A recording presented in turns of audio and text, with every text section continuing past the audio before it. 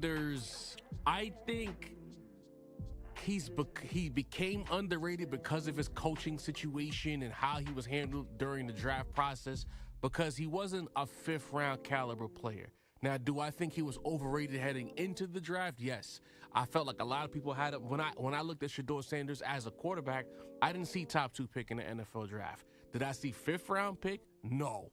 Right. And I think the narrative got a little bit skewed because of that. And now he's become underrated because we're seeing the sabotage by the organization, named the Cleveland Browns, play out in real time. We saw a GM essentially trade Joe Flacco to put his head coach in the figure 4. Like, any way Gabriel gets hurt, you have to play Shedeur Sanders. And that made him an underrated player. He's a solid quarterback. He has the tools to be a competent NFL quarterback. But because his coaches didn't want him, he looked like a bum. He was being sabotaged, in my opinion. So with that being said, he's underrated because he's a good quarterback, and I think he's shown that in flashes. The Ravens situation, we're going to throw that one out. 4 for 16.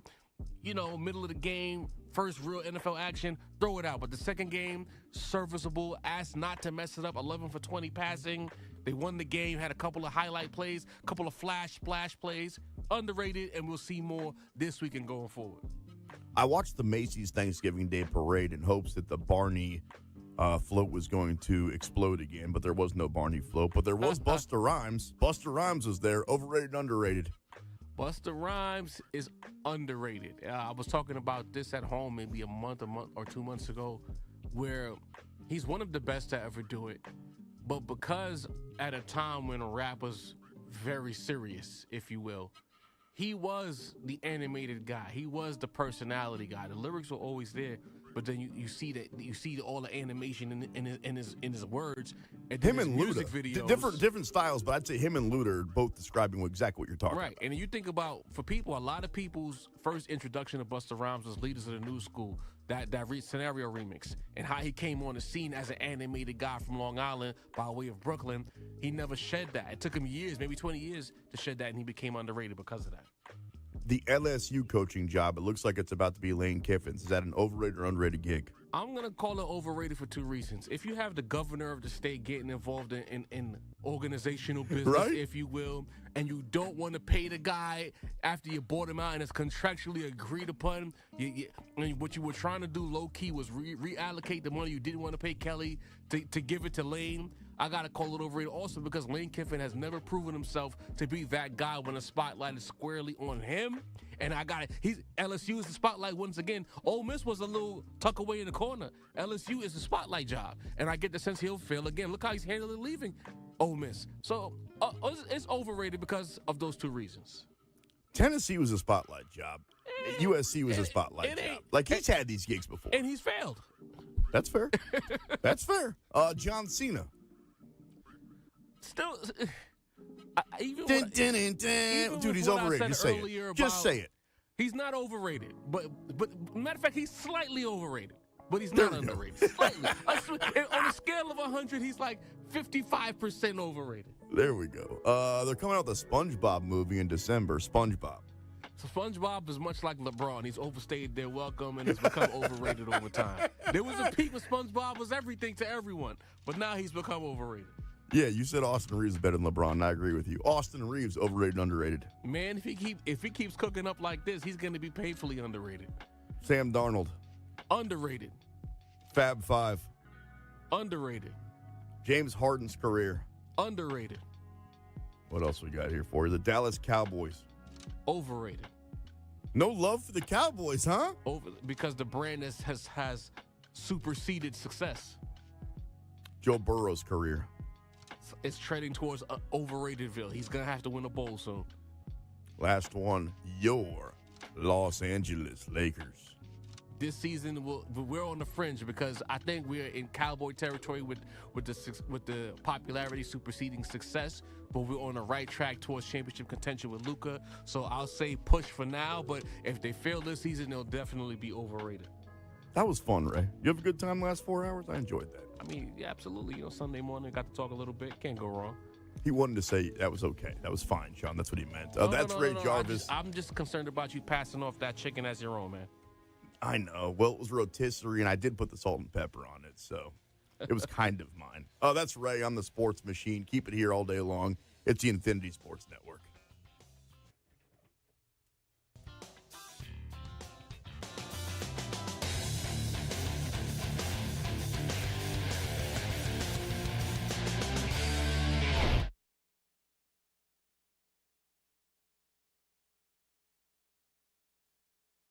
You're in a 5-minute break.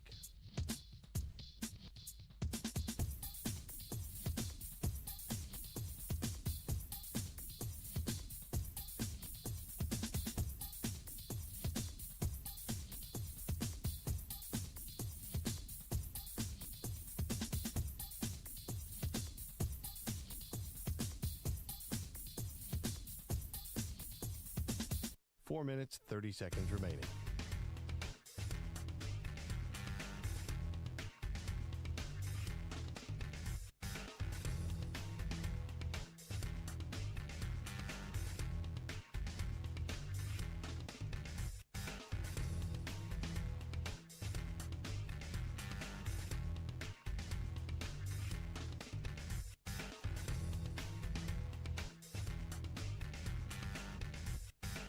Four minutes remaining.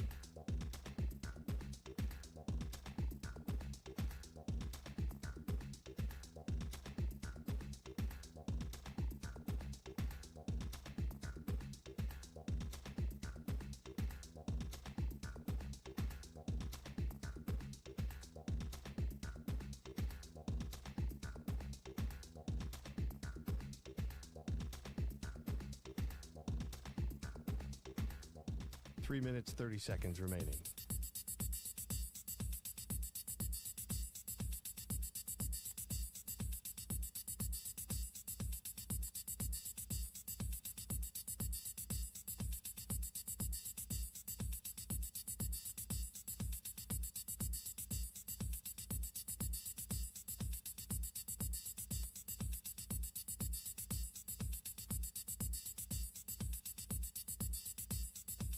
Three minutes remaining.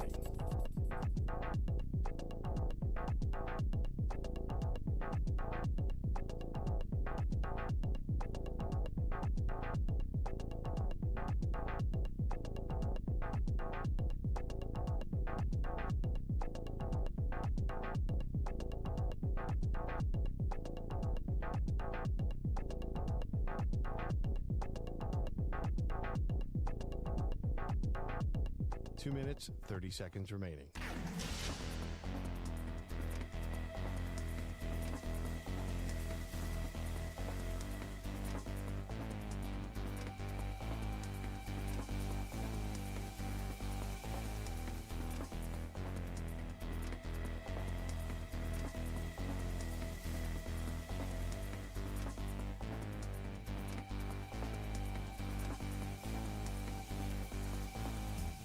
Two minutes remaining.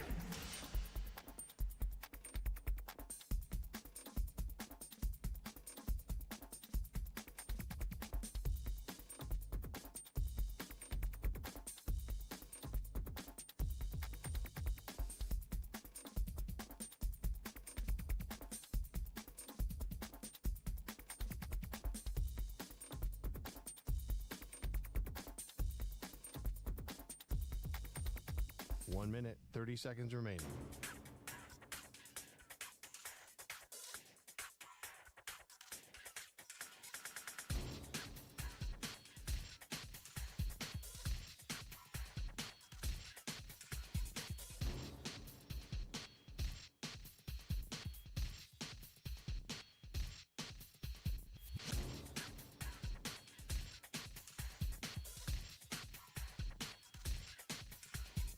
One minute remaining.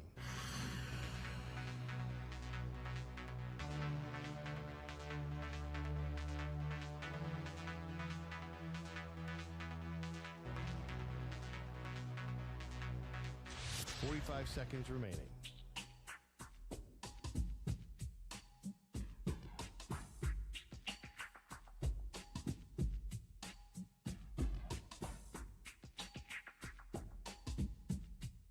Thirty seconds remaining.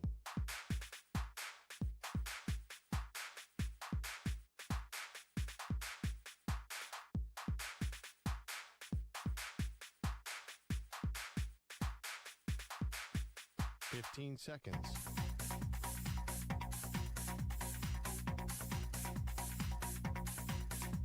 Break ends in 5 seconds.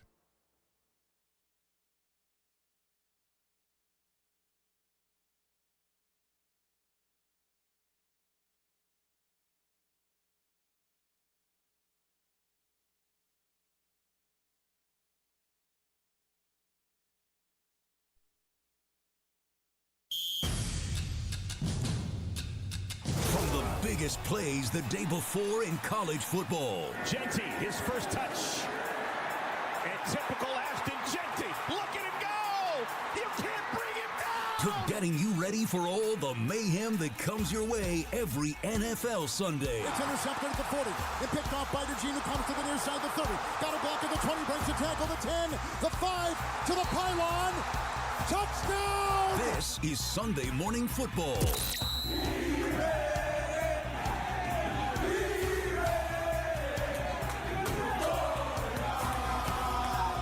And here is your host, Zach Gelb. Live from the place where you're not overly ostentatious studios of the Infinity Sports Network here in beautiful New York City, sitting on top of the 10th floor of 345 Hudson Street. Welcome on in to another edition of Sunday Morning Football across all of our local Infinity Sports Network affiliates, Sirius XM, Channel 375, the free Odyssey app, the iHeartRadio app, and also streaming live on YouTube. 888-710-4ISN is the number to jump on in. That's 888-710-4476. And you could always get at me on Instagram, where I'm straight flexing, or via the good old cesspool of Twitter, at Zach Gelb. That's ZACHGELB. Or you could follow me on TikTok, at The Zach Gelb Show. We are here on Sunday Morning Football all the way up until noon Eastern time. If you are new to the program, welcome on in. If you're a returning customer, you know the dealio by now. From 10 a.m. to 11 a.m. Eastern time, it's all things college football. And then once the clock does hit 11 a.m. Eastern time, we go all things NFL, NFL, NFL. And let me tell you something. Who would have thought after rivalry weekend, when Ohio State finally defeated Michigan for the first time in 5 years, as the Wolverines have defeated the Ohio State Buckeyes the last 4 years, and when you had an Iron Bowl that looked like it was going to be a blowout early, then Auburn comes on back, and on 4th and 2, Kalen DeBoer says, yeah, I'm not going to kick a field goal to put me up 3. I'm going to go for it and put the ball in the end zone. With all the mayhem that had Texas upsetting Texas A&M on Friday night, there was so much to unpack that did just transpire. The possibility that there could be no ACC team in the college football playoff, and we could have either North Texas and Tulane, one team get in, and then James Madison also get in. And we could have also other scenarios where Miami, Notre Dame could be debated for the last spot in the college football playoff, or if BYU defeats Texas Tech in the Big 12 championship game, then both Miami and Notre Dame could be out. Like, think about all the things that we could be talking about on this Sunday to recap what was a crazy Friday and Saturday in college football. But instead, we start with the Lane Train, the Lane Plane, whatever you want to call him, in Lane Kiffin. Because Lane Kiffin right now, whether you like him or not, is the most polarizing coach in college football. Lane Kiffin right now, whether you like him or not, could become the face of college football. And what you have here right now is a head football coach in Lane Kiffin who wants to continue to coach his team at Ole Miss, who will be in the college football playoff. They won the Egg Bowl. They're 11-1. They're not going to the SEC title game. That's going to be between Alabama and Georgia. Ole Miss is 1,000% in the college football playoff. Now, are they going to get penalized here? Or are they going to maybe go from having a home game to now having to go on the road? Those are all things that are a possibility. But Lane Kiffin is leaving Ole Miss. Like, we haven't heard that from the horse's mouth yet. But when you have sat here all weekend, and not only all weekend, all week, and we have heard, hey, I'm going to coach my team in the Egg Bowl, and then on Saturday I'm going to give you a decision. Well, we're sitting here on Sunday, and we still don't have the decision. Now, I think Marty Smith said it last night best. And I was watching all the games yesterday. I was watching the coverage all throughout the day. Marty Smith, his beard is probably now completely gray after sitting there in Oxford, Mississippi for the entirety of the day in a room, just waiting and waiting and waiting and waiting while Lane Kiffin was meeting with the chancellor and Lane Kiffin was meeting with the athletic director. The decision is Lane Kiffin. It's his decision. So if you wanted to wait until after the Egg Bowl, why would that be? Two things. Either you win the Egg Bowl and you do the Jordan Belfort, I'm not effing leaving, and you stay and you capitalize off that moment, or you win the Egg Bowl and then you say, hey, I'm taking the job at LSU, right? Florida's already out. They have pivoted to John Sumrall, and there's a crazy amount of domino effects here. It looked like John Sumrall was going to be the next head coach at Auburn. And we thought Alex Golesh was going to be the next coach at Arkansas. But there was 3 people waiting here: Ole Miss, LSU, and Florida. And from every indication that we have right now, it looks like Lane Kiffin is going to be leaving at some point Ole Miss to go to LSU. So I'm looking at this scenario now. Sumrall could be going to Florida. Who knows who goes to Ole Miss? Could it be Alex Golesh? You know, could he still go to Arkansas? Who's going to go to Auburn? There's so many dominoes to fall here just inside the SEC. But we've all been waiting on the edge of our seat for a Lane Kiffin decision. And we're going to have to wait even more. On this Sunday, we were told last night that there was a team meeting scheduled for right now. 25 minutes ago, Ross Dellinger, who I guess is in Oxford, Mississippi, or got photos somehow, is photographing players walking into that meeting. There are players walking into that meeting. And then we just get from Pete Thamel that the meeting has been moved to 2 p.m. Eastern time. So what is going on here?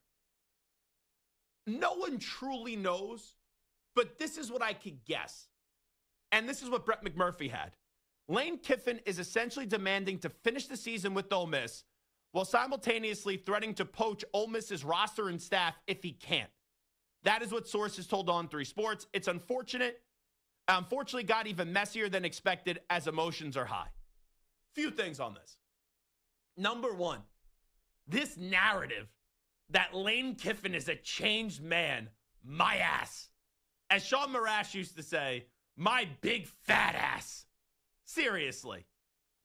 There are things that have gone on in his personal life that he's changed. But in terms of being the center of attention, in terms of the drama, in terms of the messiness, Lane Kiffin's the same damn guy that he was at Tennessee, at USC, and with the Raiders. The same damn guy. And I don't fault him for taking the LSU job. You know, I remember saying this last year, and I said it this year as well. I echoed the sentiment. If he was going to leave Ole Miss for Florida in the year of 2024 or 2025, I don't really get that. But LSU is one of the creme de la creme jobs in the sport. And you think of fit, Lane Kiffin and LSU, it is a fit, right? LSU wins, and they win in a certain way. They win with a little bit of a flair. Lane Kiffin is that type of coach that in theory you think would be a match made in heaven for LSU and Lane Kiffin. But with that being said, a lot of people looked at Brian Kelly when he jumped ship from Notre Dame to LSU and was like, hey, Brian Kelly's a damn good coach. 3 coaches have won national championships since 2000 at LSU. Brian Kelly on paper is a better coach than Ed Orgeron. Brian Kelly on paper is a better coach than Les Miles. Obviously not a better coach than Nick Saban. And look how quickly Brian Kelly was out. But Lane Kiffin is now getting a redemption moment where he has kind of pulled himself out of the dreck that he was, that he had to be at FAU to be the head football coach, to do wonders with Ole Miss. But now he's going right to LSU where it is national championship or bust. But what has transpired in the last 48 hours, it's a mess. And the biggest problem is, I'm not going to sit here and say, hey, Ole Miss, disgraceful. Hey, Lane Kiffin, disgraceful. I'm not going to chastise either one of them. Because it's the system of college football and the schedule of college football. That's my biggest problem. And I love college football. But folks, let's be real here. You have a coach who wants to take another job, but he wants to continue the season. And he wants to continue, and I understand it, a team that's going to be in the playoff, and you can make a case, has a chance to win a national championship, or at least win a game or 2 in the college football playoff. But think of the system that allows this because of the calendar, because of the transfer portal, because of National Signing Day, because of recruiting. You got to hit the ground running. You got to leave. And I get it when you're a G5 coach and you get the power job. All right, you leave your kids. But when you're a coach in the SEC and you're going to another SEC school and your team, this is not, the Cheez-It Bowl or the Pop-Tart Bowl. This is the college football freaking playoff we're talking about now. And we could have, Tulane in the college football playoff. You could have North Texas maybe in the college football playoff. You could have James Madison in the college football playoff. And you could have Ole Miss in the college football playoff. And all those coaches are getting set to leave. And at least if North Texas makes it, Eric Morris is going to stay and coach them on through the duration. Oklahoma State has allowed him to do that. But he's going from North Texas to Oklahoma State. Lane Kiffin, what he's doing right now is you have two sisters, right? One's good looking. The other one, she got it going on, right? She's a 10 out of 10. And she's the gorgeous sister. Well, Lane Kiffin was pretty much married to the good looking sister for 6 years. And now he's saying, hey, honey, I'm getting a divorce. I'm putting the paperwork in motion. We are getting a divorce. Oh, yeah, and here's another wrinkle. I'm now dating your smoking hot sister. That's what I'm doing. So should the good-looking sister say, you know what, you could stay in the house with the kids, alter their opinions, organize what you want to take from the house until the divorce is finalized, and then you're going to go move in with my sister? Or do you say, hey, Lane Kiffin, hit the road, Jack. Go enjoy your new life? Of course it's going to be the latter. But the fact that the system even makes this a decision, that's a problem. And that's what Lane Kiffin is doing. He's not leaving Ole Miss to go to the NFL. He's not leaving Ole Miss to go to the Big Ten. He's leaving Ole Miss to stay in the SEC and go to LSU. And he's basically saying right now, I am the program. And he ain't wrong on that. He is the program at Ole Miss right now. So if you don't let me continue to coach, you don't let me coach my team in the playoff, I'm then going to take my offensive staff. I'm then going to tell all my players, you should come join me. Now, let's be real. That's probably inevitable anyway. But are you just supposed to allow Lane Kiffin to just burn the house down? Or do you try to push him out? And still, a lot of the staff members are going to follow him to LSU. A lot of the players are going to follow him to LSU. But maybe some are going to stay. I'm not expecting it on the staff. But maybe some of those players stay. Maybe, I don't think Ole Miss is going to do this. But maybe they would hire someone on Lane Kiffin's staff to be the head coach to try to keep some of those players. So this is ugly, ugly, ugly, ugly. It really is. And the shame about this is you have a running back on Ole Miss, Kejuan Lacey, who's having an unbelievable season.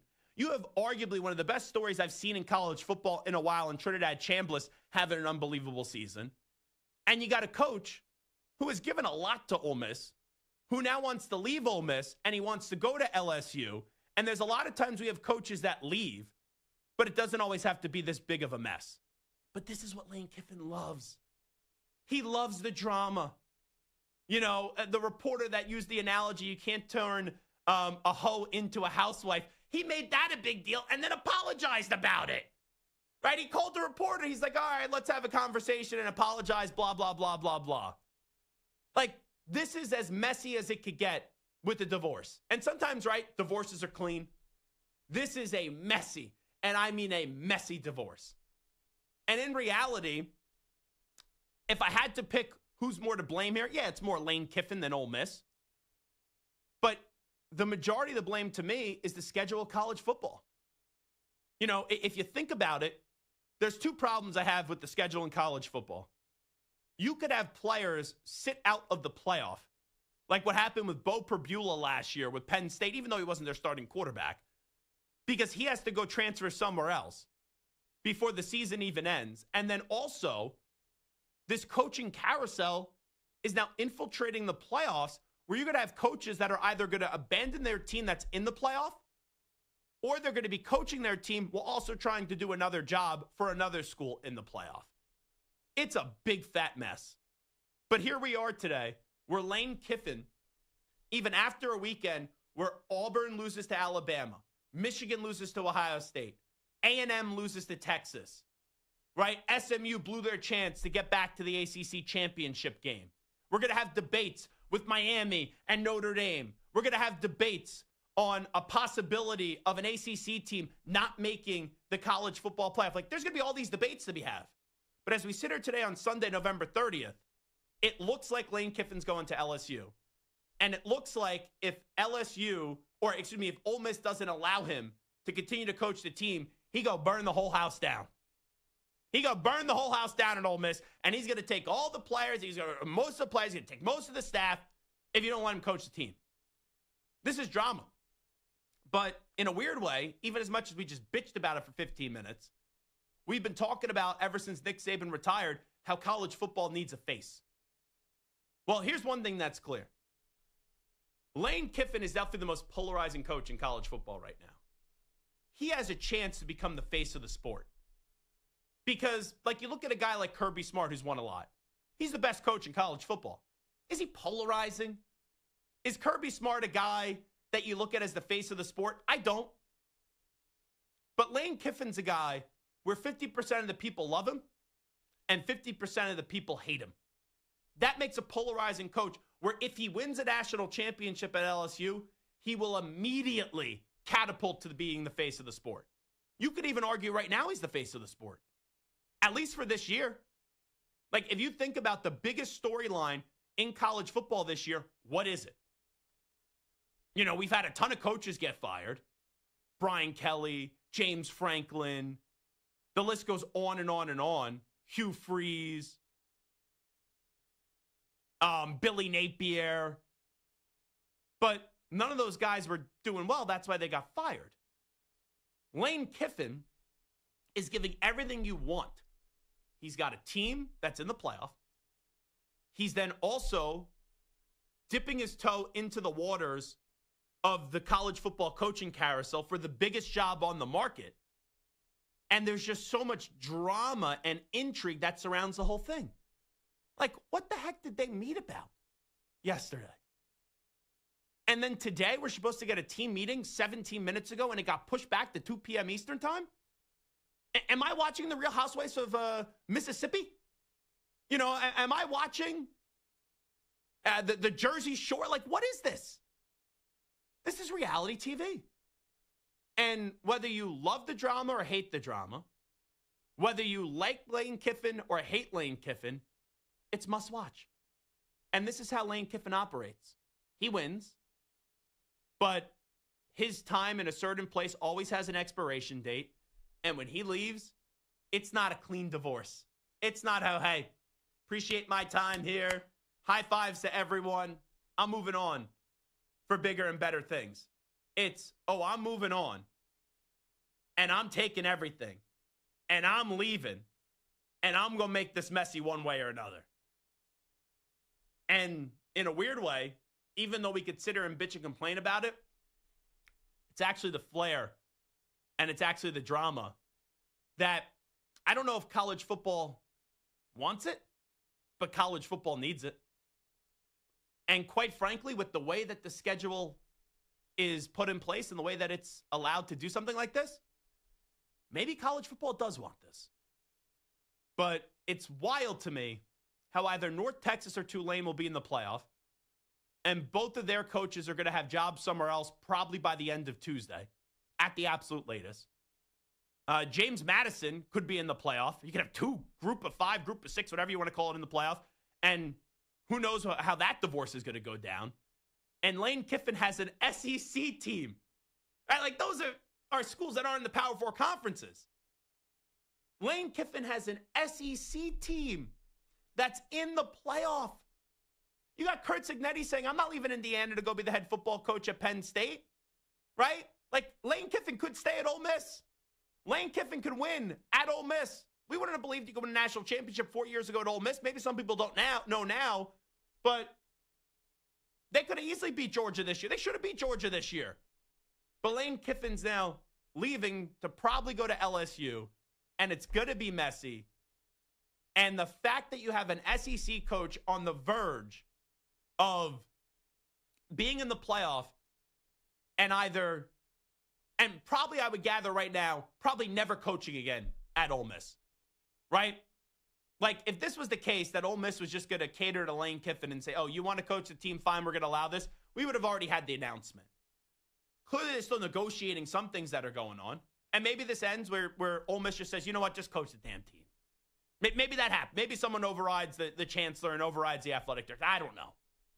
But in all likelihood, Lane Kiffin coaching the Egg Bowl, going to 11-1 was the last time he'll be coaching Ole Miss. And I would assume by the end of the day at some point, it's going to come out that he has a deal finalized with LSU. And then how you move on from that is going to be fascinating. And for Lane Kiffin, you got to go win a national championship at LSU. Anything short of that is a mitigated disaster. Because you're leaving a spot right now where you're 11-1 and you got a team in the playoff. You're now going to LSU, and you've seen 3 coaches since 2000 win a national championship. You have to go win a natty. And if you don't win a natty, people are going to sit back and they're going to say, what? Was all this stuff that we went through the last 48 hours worth it? Was all this drama worth it? If you win a natty, Lane, good for you. If you don't, none of this was worth it. Zach Gelb here with you on the Infinity Sports Network. This is Sunday Morning Football. You're in a 5-minute break.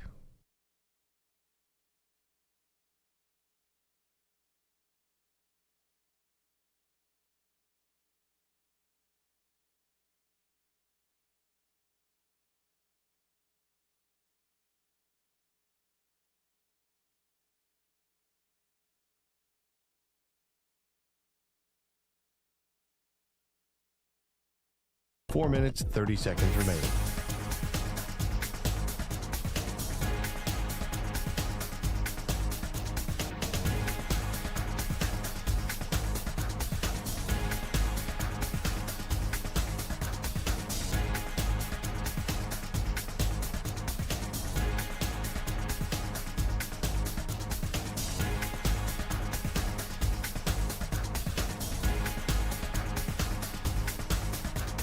Four minutes remaining.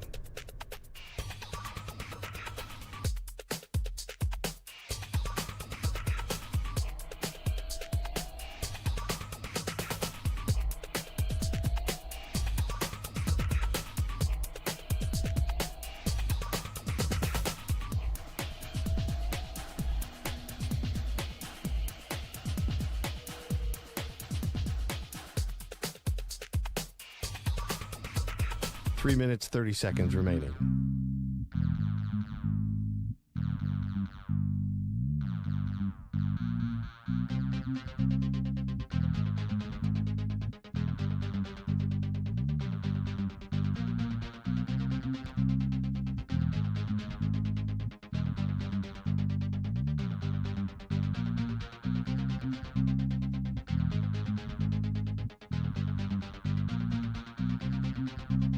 Three minutes remaining.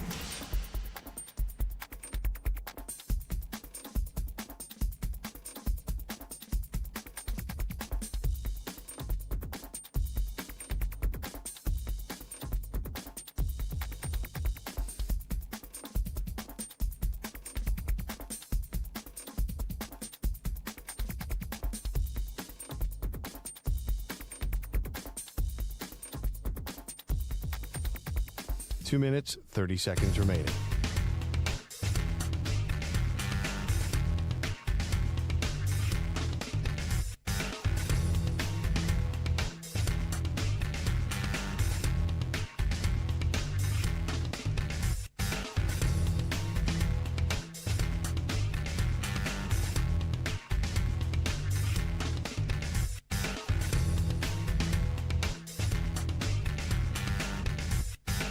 Two minutes remaining.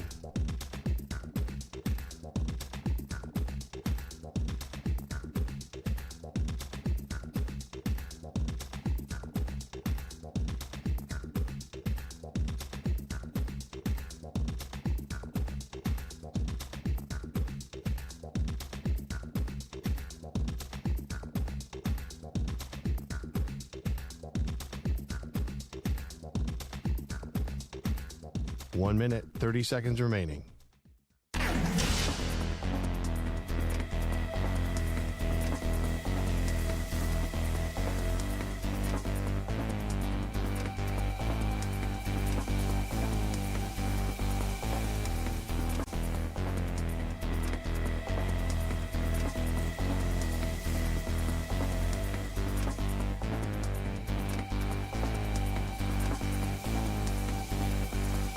1 minute remaining.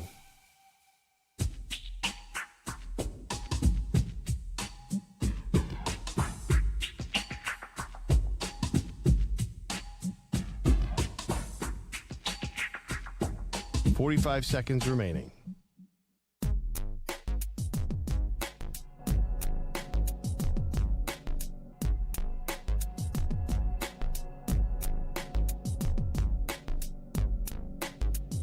"30 seconds remaining.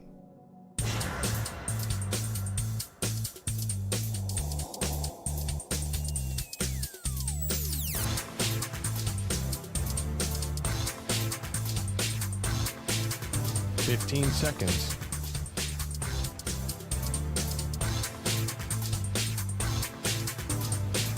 Break ends in 5 seconds.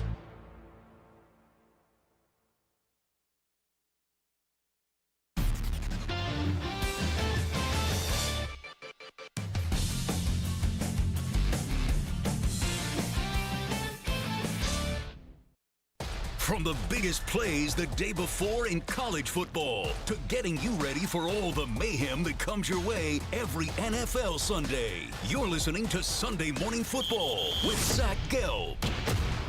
Alrighty, this is Sunday Morning Football. Zach Gelb here with you on the Infinity Sports Network, and this portion of this extravaganza is brought to you by Ethos Life, the easy way to get life insurance in 10 minutes, up to $2 million in coverage with no medical exam. Just a few health questions. Get your free quote at checkethos.com. Not available in all states. If you want to jump on in on the Lane Kiffin conversation, 888-710-4ISN, 888-710-4476. Should Ole Miss still allow him to coach through the duration of the college football playoff, even though it appears that the Lane train at some point today, or maybe even tomorrow, who knows at this rate, as they have a team meeting scheduled for 2 p.m. Eastern time, even though it was originally scheduled for 10 a.m. Eastern time. We were supposed to get an announcement yesterday. But it seems like there's a good old-fashioned standoff here where Lane Kiffin is going to LSU, but he's basically threatening Ole Miss, if you don't let me coach my team, because Ole Miss is like, hey, you're leaving, go. Just leave. We want to put these kids in the best position, and we think you'll be trying to do 2 jobs at once, and we're not going to allow you to go to another school inside the SEC and basically stay in our house until you finish the job here. No, if you want to leave, just go. And then Lane Kiffin saying, well, I'm going to take my staff with me. I'm going to take my offensive coordinators with me. Or I'm going to recruit all these players. I'm going to tell all my players, hey, sit out, and then, you'll have a spot for you at LSU. So this is getting ugly, ugly, ugly, ugly. With all of that, though, as we put that on the back burner for just a little bit, if we get more information, we'll share it with you before we get off the air at noon Eastern time. There was a big weekend in college football. It was rivalry week. So let's get into how we now look at the college football playoff format going into conference championship weekend. Let's start it off. You had Texas and Texas A&M on Friday night. A&M suffers their first loss of the season. And Arch Manning, it was good to see him finally have a big-time moment on a big-time stage. He played really well. He's been getting better and better, but there have been times, like just the Georgia game 2 weeks ago, where he looked absolutely lost. He looked shell-shocked and all that. Let's listen up to the Longhorns Radio Network, where Arch Manning put the game away on a 35-yard touchdown scamper to put Texas up by 10 in the fourth quarter. Manning from the shotgun on 3rd down. Arch has the snap, design run, goes straight up the middle, 1st down and more. Arch breaks free. Say goodnight to this one. Arch Manning, touchdown Texas. So Texas is sitting there at 9-3. They believe they should go to the college football playoff, and they're one of the 12 best teams in the country. Here is Steve Sarkisian on if Texas should make the college football playoff. This was courtesy of ESPN after the huge victory. You tell me, that team's undefeated, number 3 in the country. A lot of the pundits out there think they're the number 1 team in the country. We just beat them by 10. What kind of statement do you think that made to the committee? Well, I think this. If you really look at the body of work and you look at the Southeastern Conference and what we have to go through every week, you look at the non-conference schedule we play to go to Ohio State in week 1 and lose by 7 when we outgained them by nearly 200 yards. We got a really good football team, and it would be a disservice to our sport if this team's not a playoff team when we went and scheduled that non-conference game. Because if we're a 10-2 team, it's not a question. But we were willing to go play that game. So is that what college football is about? Don't play anybody and just have a good record, or play the best and put the best teams in the playoff, and we're one of the best teams. So I think there's 2 different things that could be said here. If Steve Sarkisian wants to claim that they're one of the top 12 teams in the country, he could claim that. But in the format of the college football playoff, I don't think you could claim that it would be a disservice and that you deserve to go. Because let's remember, you're not a conference champion.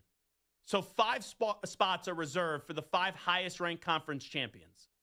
Then after that, and you look at the other teams that are going to get in, because, hey, the ACC champion, if they even get in, they're not going to be ranked higher than Texas.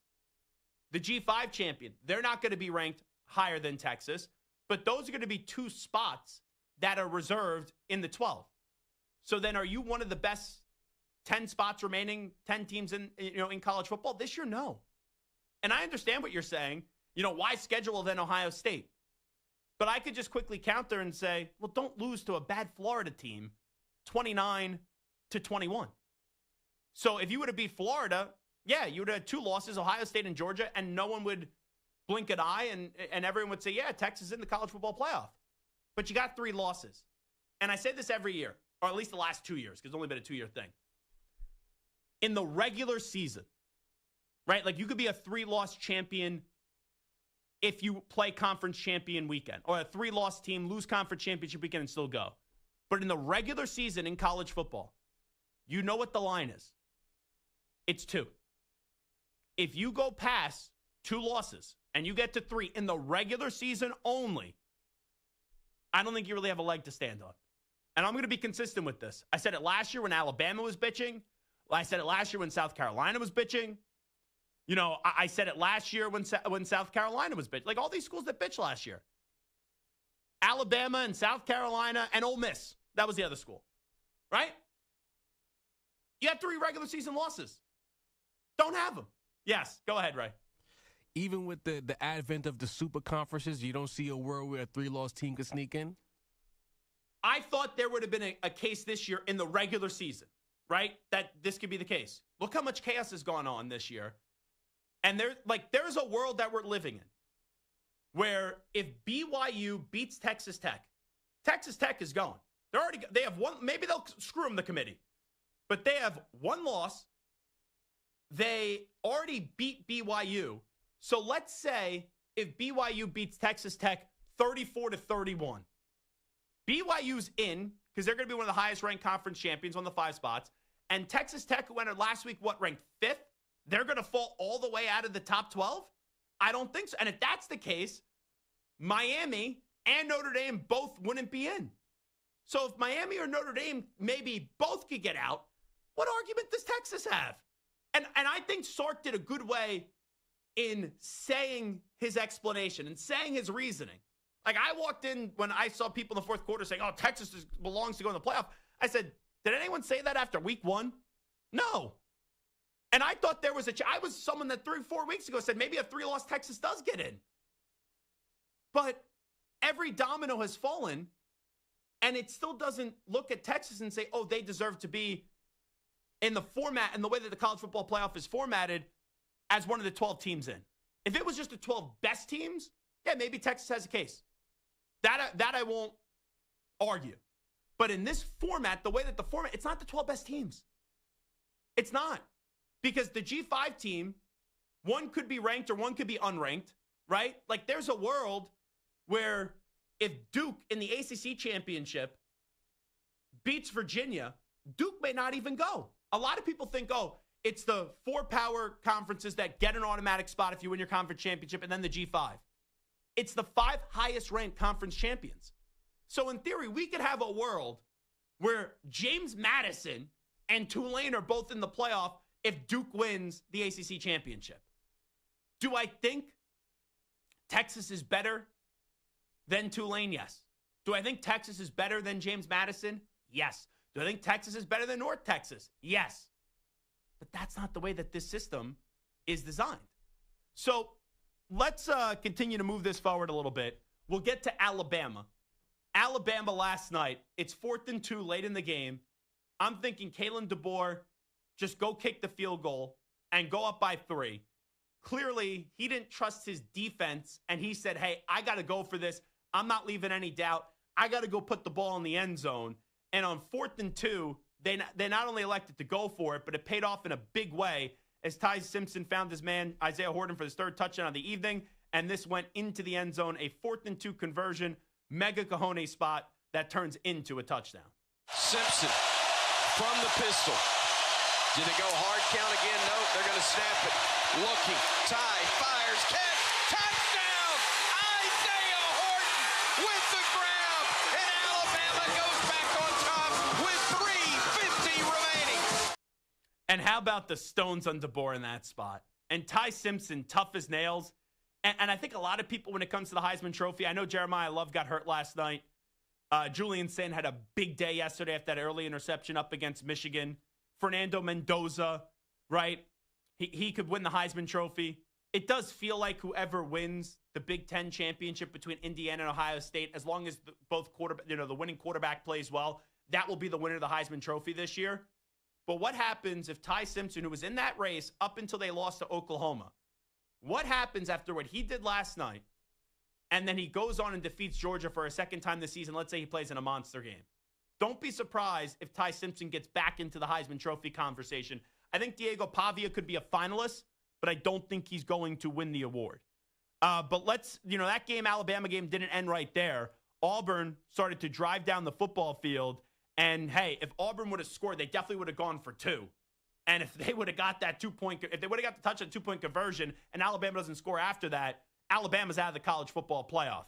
But even though it was looking like they were going to allow a touchdown, Alabama's defense came up big where they forced the fumble and they recovered it, and Alabama ended up securing a 10-2 season and a spot, a 10-2 regular season and a spot in the SEC title game. Daniels, quick out left side, trying to make a man miss. They do. But ball, get down, and it's a tackle, it's a fumble, and Alabama's got it. Alabama forces the fumble, takes it away. Deontay Watson, and the Tide turns away the Tigers. And then let's get to 2 other things that could have changed the landscape of the college football playoff yesterday. Oklahoma just needed a win. They would have 2 losses on the regular season, and then you would think they would be in the college football playoff. Well, LSU took a late lead, but then quickly Oklahoma did answer back with this 58-yard touchdown pass, which basically said night-night as Oklahoma punched the 10-2 season. This was on the Sooners Radio Network. Mateer to throw, looking right. Has time, deep across the middle, wide open behind the defense. Satania all alone. Touchdown! Touchdown! Blown coverage. Isaiah Satania, 58 yards. Sooner magic on a Saturday night. Oh, mama! There wasn't anybody within a county of Isaiah Satania, and the Sooners are alive. And then one more. If Oregon would have lost yesterday to Washington, I think Oregon would have been out even with 2 losses of the college football playoff. The game got close, but then Malik Benson came up with this 64-yard touchdown snag. This was on the Ducks Radio Network. On 3rd down and 9. Dante ready for the ball. Got it. Back to throw. Pressure comes. Steps up. Throws down the middle. It is caught. 45-yard line. 40. Down across the 30. May score. 10. 5. Touchdown, Oregon. Zach Gelb here with you on Sunday Morning Football, 888-710-4ISN, 888-710-4476. Let me quickly squeeze in Brian in Buffalo. Brian, you're on Sunday Morning Football. Go ahead. Good morning. Good morning. How are you? Doing great. I just have a couple of things.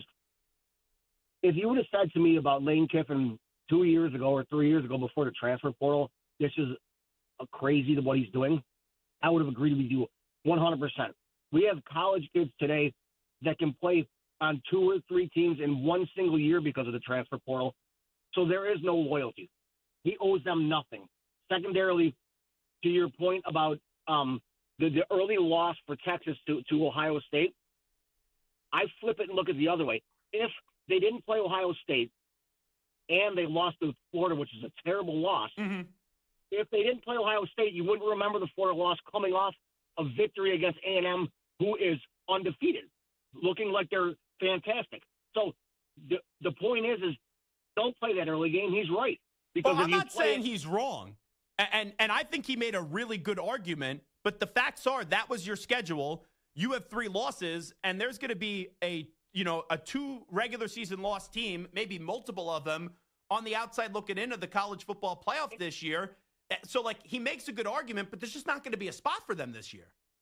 But it's a fantastic argument to don't play that. Because the whole point of expanding and having more teams make the playoffs is for these teams to actually go play tough competition. We don't want to play the Sisters of the Poor week 1, 2, 3, and 4. We want to play games. But if you're going to be punished for playing that team and losing the best team in college football by 7 because you had one other bad loss in the SEC. But you know what this means, Brian? And I didn't even think it was necessary to go to 12. 12 has worked. I would not like to see them go to 16. Whether it's Texas or whether it's Miami or maybe even Notre Dame, if they get left out, you know what this means? We're going to 16 in short order. And I think that was already clear. It probably won't be for next year. But this even in a 12 team, there being a logjam to get into in a car crash to get into a 12-team playoff. And thanks for the phone call. It means that they're going to expand this even more. And I don't love it. I think it's too many teams. But going from 12 to 16 isn't going to drastically change the sport, and they're eventually going to do it for money. And also they've had arguments now where maybe you need, or maybe it would, help out if you had a few more spots available. All righty, let's do this. We'll come on back. I'll give Ohio State some credit. I will also take a look at the scenarios that are on the line here as what I think the committee is going to be deciding on after conference championship weekend. Let's get the update in first. Here's Tony Pierno. Infinity Sports Network Sports Flash. And we are sponsored by Progressive Commercial Insurance, which protects small businesses with affordable coverage options. Get a quote today at progressivecommercial.com. Decision day has apparently arrived. According to multiple reports, Lane Kiffin is likely to take the head coaching job at LSU today. Kiffin was expected to hold a team meeting this morning at 10 a.m. Eastern to inform his players at Ole Miss of his decision, but now that meeting has been moved to this afternoon at 2 o'clock Eastern. Last night in Auburn, Alabama was looking to avoid the upset against the Tigers. They got to throw it. Bama's chasing him. He's tripped. Fires downfield. Catch is made. We got him to the ground, and hallelujah, it's over. Jan St-Pierre with the stop. It's zeros on the clock, and Alabama is headed to Atlanta again and play that song. Ty Simpson hit Isaiah Horton for the go-ahead touchdown with a little under 4 minutes remaining to give Alabama a 27-20 victory. Audio courtesy of Learfield. Alabama will now meet Georgia in the SEC championship game for the fourth time since 2018. Top-ranked Ohio State handled Michigan 27-9. Julian Sayin threw 3 touchdown passes. The Buckeyes will now play Indiana in the Big Ten title game. Texas Tech blanked West Virginia 49-0. Oregon down Washington 26-14, while Oklahoma survived LSU 17-13. Notre Dame upended Stanford 49-20. While BYU bounced UCF 41-21. Miami erased Pitt 38-7. Vanderbilt knocked off Tennessee 45-24. USC defeated its crosstown rival UCLA 29-10. And Virginia topped Virginia Tech 27-7. NBA Cooper Flagg dropped a career-high 35 points as the Mavericks beat the Clippers 114-110. The Nuggets erased the Suns 130-112. The Pistons held off the Heat 138-135, and the Timberwolves outscored the Celtics 119-115.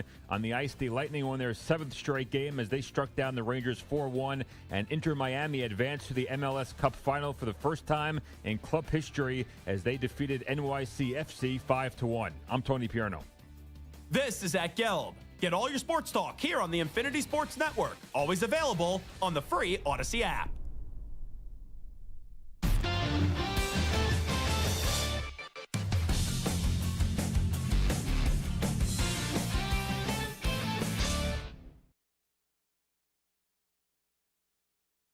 You're in a 5-minute break.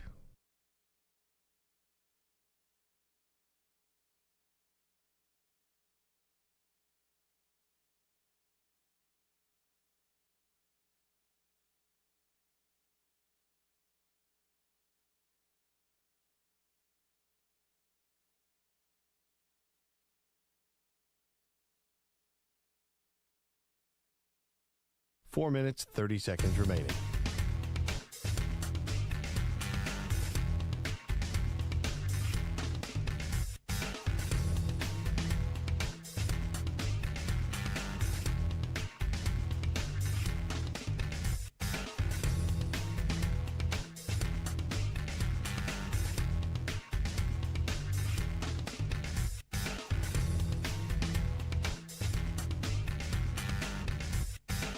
4 minutes remaining.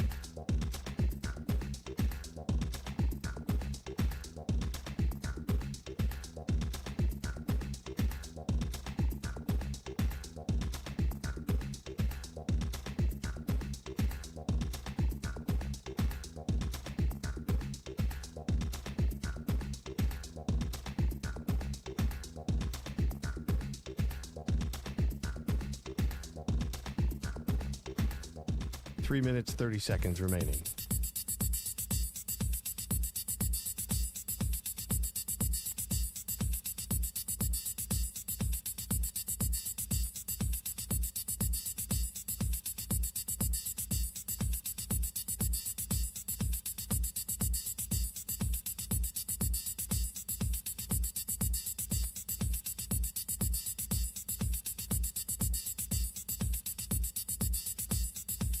Three minutes remaining.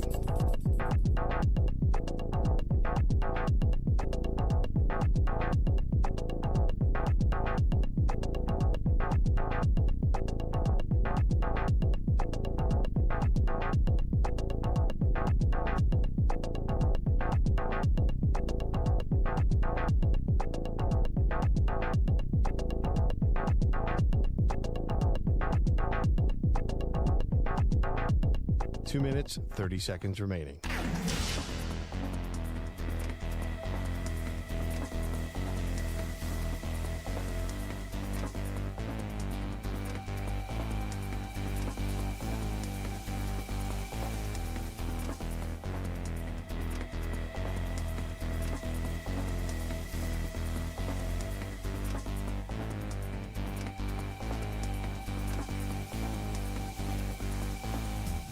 Two minutes remaining.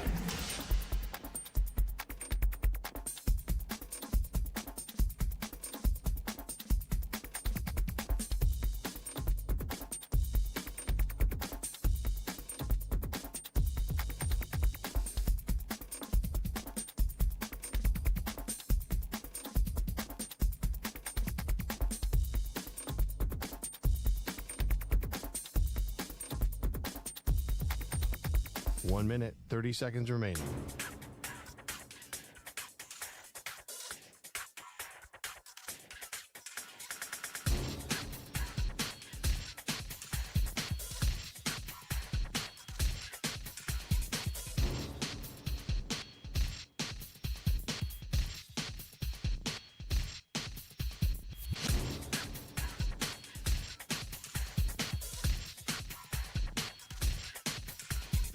One minute remaining.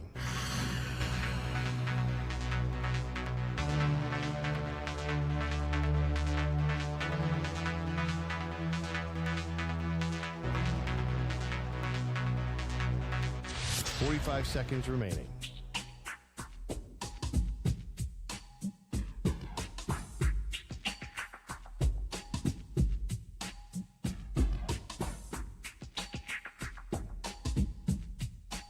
Seconds remaining.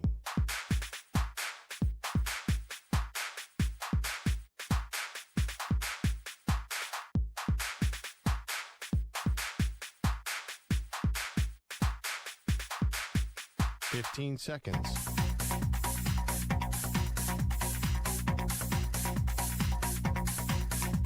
Break ends in 5 seconds.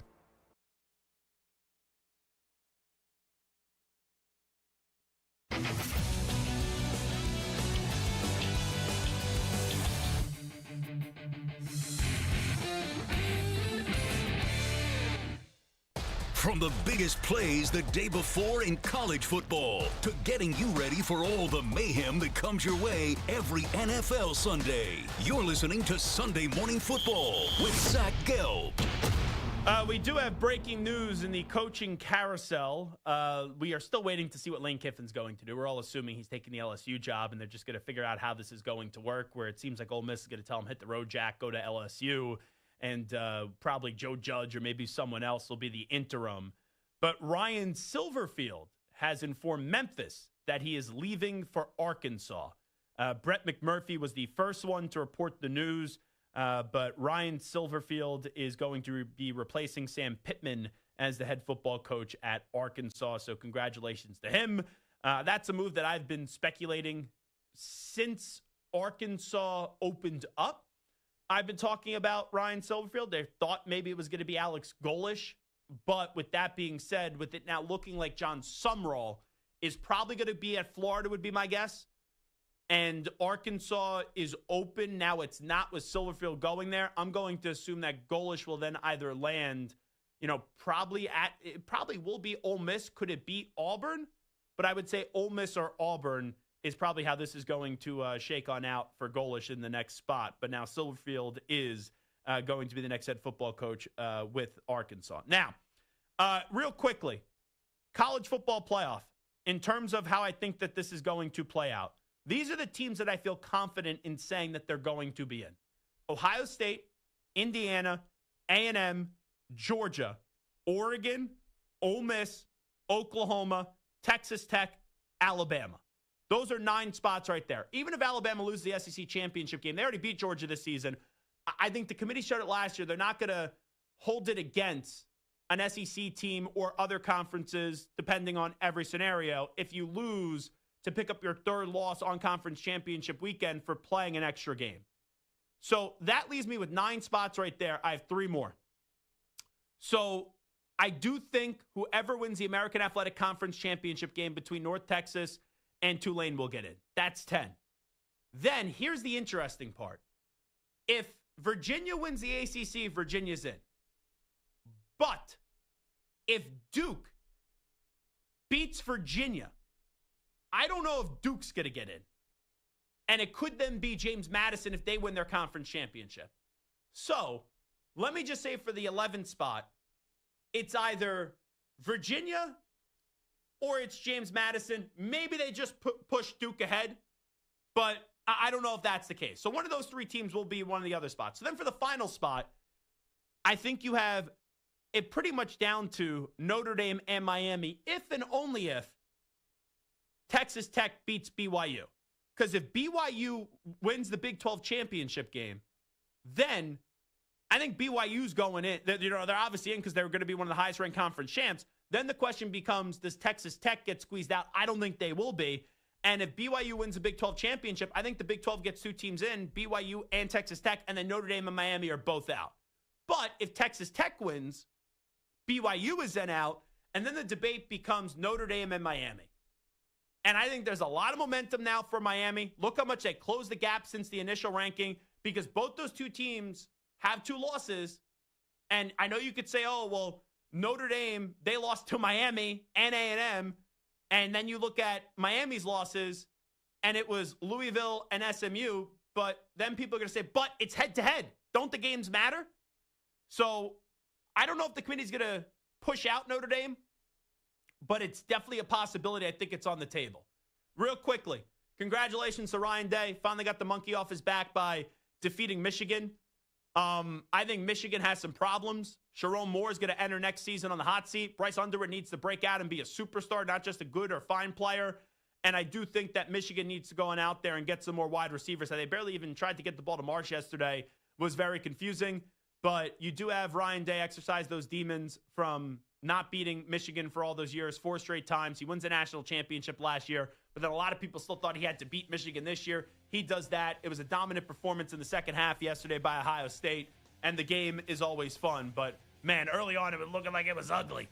With that big run that they allowed to Marshall, the interception, and you're like, uh-oh, here it goes again for Ryan Day. But sometimes in order to conquer something, you got to be pushed to the brink of misery before then you get to the top of the mountain. That's what happened yesterday for Ryan Day. Zach Gelb here with you. This is Sunday Morning Football.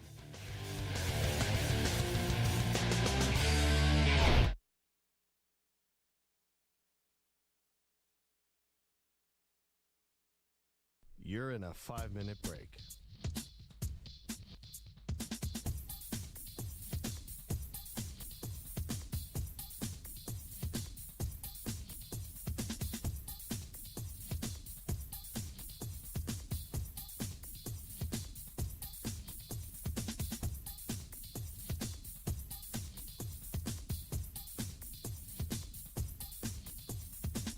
Four minutes, 30 seconds remaining.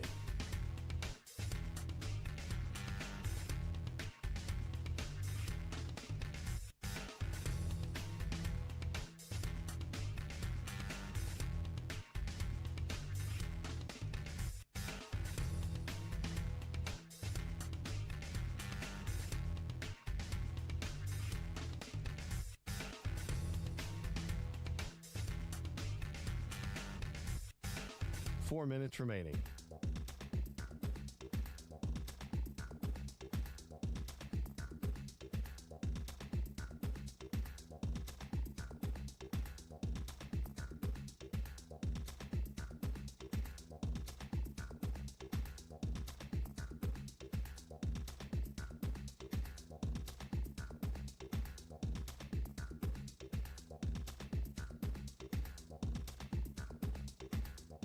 Three minutes, 30 seconds remaining.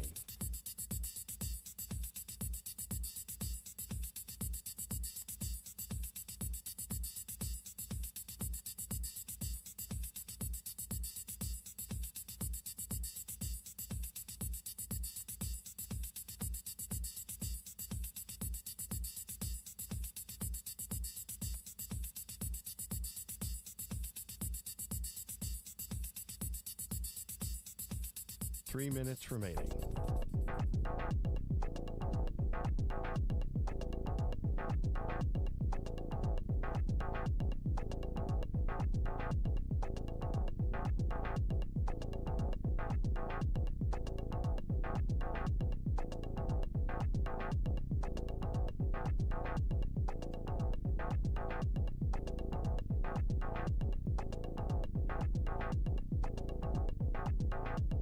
Two minutes, 30 seconds remaining.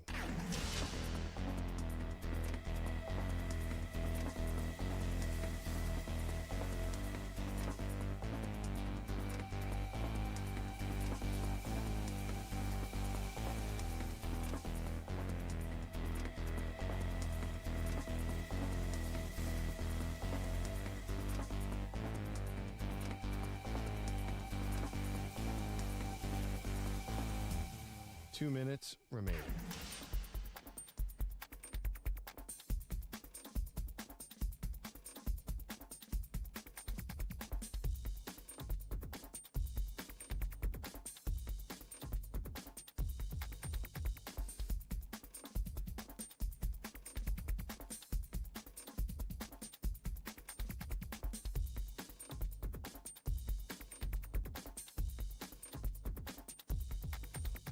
One minute, 30 seconds remaining.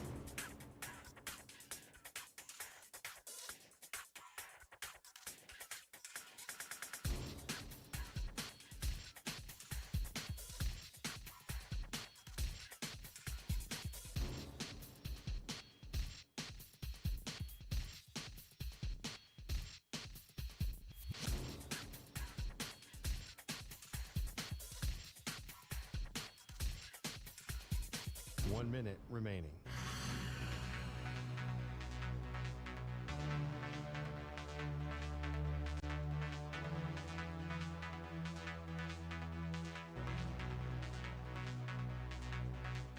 Forty-five seconds remaining.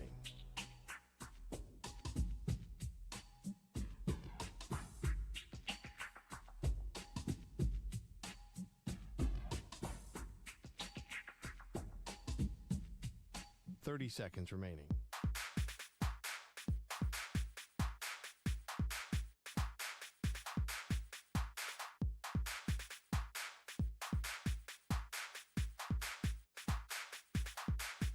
Fifteen seconds.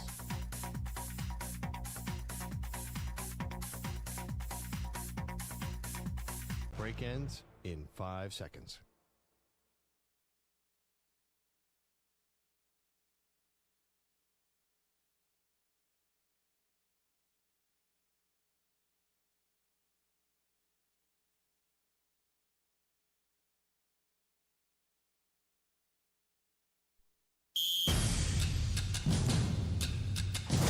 Biggest plays the day before in college football. Genty, his first touch.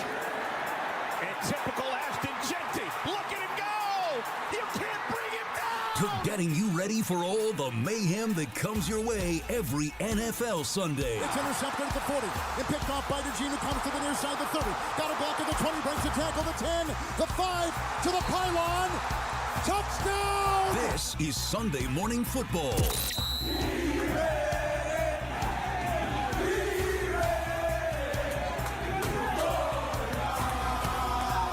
And here is your host, Zach Gelb. All right, righty, welcome on in. It is Sunday Morning Football. Zach Gelb here with you. Usually from 10 a.m. to 11 a.m. Eastern Time, it's all things college football. And then once the clock does hit 11 a.m. Eastern Time, we go to all things NFL. But the coaching carousel in college football right now is the hottest thing on the market. It's even hotter than Sydney Sweeney right now. All right, maybe not that far. But we appreciate you welcoming us on in on a Sunday morning. You can always follow me on Twitter and Instagram at Zach Gelb. Make sure you do that right now, ZACHGELB, or you can follow me on TikTok at The Zach Gelb Show. Going into break, we did find out, because we're going to continue the college football train here for one more segment, I think. Then Ryan Horvat will join us to try to win you some money right at 11:20 a.m. Eastern Time, and that will be filled with NFL stuff. But going into the break, we did find out that Ryan Silverfield is going to Arkansas. So we just got an alert from Ross Dellinger that Auburn is now hiring Alex Golesh. So let's look inside the SEC. Ryan Silverfield is off to Pig Suey. Alex Golesh is going to Auburn. Right now, it looks like, and I know we haven't heard an official announcement, but it seems like in the standoff between Ole Miss and Lane Kiffin, Lane is saying, I'm going to get a deal done with LSU. He's supposed to be on a plane this morning after a team meeting. That team meeting reportedly got pushed back from 10 a.m. to 2 p.m. Eastern Time. You had the meeting that never ended yesterday. I don't think they were just sitting around and enjoying a bunch of caviar and shrimp and pigs in the blanket and steaks. I don't think it was a joyous meeting. I think the meeting between the chancellor and the athletic director, they were basically saying to Lane, you want to leave? All righty, you leave. But you want to continue to coach this team? We're not allowing you to do that. We're not allowing you to leave our house after you made your intentions known that you're going to date one of our family members after already dating one of our previous family members, and you're going to go run there. Well, while the divorce is getting finalized, we're not going to allow you to sit here and just ransack the entire house and just take everything. So Lane is now saying, well, hey, geniuses, I'm going to do that either way. I'm going to take my staff. I'm going to take my offensive staff, even before the college football playoff. I'm going to tell players maybe, I don't know if this is true or not, but I'm going to tell players maybe sit out of the college football playoff, or the minute when the college football playoff ends, I'll have an offer for you going to LSU, and we're going to leave you there with nothing. Well, look at what's happening here, folks. Assuming that Lane Kiffin goes to LSU, right? Ole Miss was viewed as an attractive job. And maybe we thought they could get a Ryan Silverfield. Maybe we thought they'd get an Alex Golesh. Maybe we thought they could get a John Sumrall. Well, two dominoes just fell. Ryan Silverfield's going to Arkansas. Alex Golesh is going to Auburn. And it appears that John Sumrall is making a decision where many people thought he was going to Auburn, including yours truly. But now with Florida not getting, Lane Kiffin, then Florida turned up the heat on John Sumrall, and John Sumrall probably said to himself, yeah, I'm going to go to Florida over Auburn, which I think that could be debated. I really do. But Auburn pivots. They go and get Alex Golesh. Arkansas goes and makes a move. They said, we can't be sitting here without an invite to the prom if other people say yes to other people. So we're going to go get Ryan Silverfield. It looks like Lane's going to LSU. It looks like John Sumrall's deciding between either staying at Tulane or becoming the next head football coach at Florida. Yeah, you tell me what's going to happen. John Sumrall, I think the world of. John Sumrall, I think, is made for the SEC. I don't know if he's going to be great, but he reminds me a lot like Dan Lanning. And I said this to John Sumrall before, and I said it to Dan Lanning before, where 3-4 years ago when Dan Lanning was brought in to coach Oregon, I said, hey, coach, you're a football psycho, and I mean that in a good way. Like, you're on the sideline, and you just go to a different place because the football overtakes your body. I see the same thing with John Sumrall. The personality fit of what Florida wants and what John Sumrall is, they do mesh. Now, it doesn't mean it's going to work, but we'll have to wait and see. But it looks like John Sumrall is going to be going to Florida, and it looks like Lane Kiffin's going to LSU, because I don't think John Sumrall, in 2 off seasons where he's been highly courted and highly coveted, and UNC wanted, I think Bubba Cunningham wanted to hire him at UNC, and then people with money stepped in and said, no, go hire Bill Belichick. So you didn't leave last offseason, and now you're probably going to leave this offseason. I think you take the Florida job instead of remaining at Tulane. So with that being said, look how the dominoes have fallen. You were wondering who was going to be the person left out of the party here. Well, Silverfield's going to Arkansas. Golesh is going to Auburn. It looks like Lane Kiffin's going to LSU. It looks like John Sumrall's going to Florida. Well, who's Ole Miss getting? And you know what's, I'm just going to throw a name out there. And maybe he becomes the interim head coach, and maybe he capitalizes off this. With how many dominoes that are falling right now, Joe Judge may end up getting that job. It wouldn't shock me if Joe Judge is the next head football coach full-time at Ole Miss. Like, Nico, Ray, you guys cover a lot of college football. Is there another name that you could give me right now? Because, yeah, I'm sure there's, like, coaches at smaller schools. People think Bob Chesney's either going to be at Penn State or UCLA. Would you rather be the head football coach at Ole Miss over UCLA? I would. But it seems like Chesney's either going to be the head football coach at Penn State or it's going to be UCLA. So I'm looking at this, and you've seen all the dominoes have fallen, and you know that you're probably walking into a spot where a lot of those players that are there right now are going to be following Lane to LSU, and Lane could get big-time talent. We've seen Lane get big-time talent before. Look at the roster he's assembled at Ole Miss. It's going to be even easier at LSU. Ole Miss could be sitting there without their head football coach. Sure, a team in the college football playoff. Who knows who's going to even be playing? Who knows who's even going to be coaching? And you've already had some of the candidates that are in the smaller conferences, the non-Power 4 conferences. The hot candidates were Sumrall at Tulane, Golish, who was at USF, Silverfield, who was at Memphis. We've seen 3 of those candidates, at least 2 of them already take jobs in Golish and Silverfield, and it looks like Sumrall's going to be going to Florida and won't even consider Ole Miss. So Ole Miss went from, if Lane leaves, maybe you could get Golish or Sumrall, to now it looking like, maybe something changes, but it looks like Sumrall's going to Florida. We know the reporting is out there that Golish is going to Auburn. We know the reporting's out there that Silverfield's going to Arkansas. Who is Ole Miss going to get? And outside of Joe Judge, and I'm sure there's other names, but I don't really know who you're going to get. How do you feel about Jimbo Fisher? Oh, brother. Honestly, it wouldn't be a bad hire. Now, Jimbo, he fell flat on his face in Aggieland. But he did win a national championship at Florida State. It's a name that I would consider because even though I wouldn't feel great about the hire, but you're not a marquee job if you're Ole Miss. And at least it's a big name. Now, let's be real here.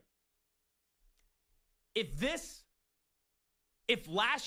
year didn't happen, you know what name I would throw out there? Coach Prime. But Coach Prime now had a 3-win season at Colorado. I don't think that's a move that Ole Miss is going to make. So I'm trying to sit there and think who's going to be the next coach of Ole Miss.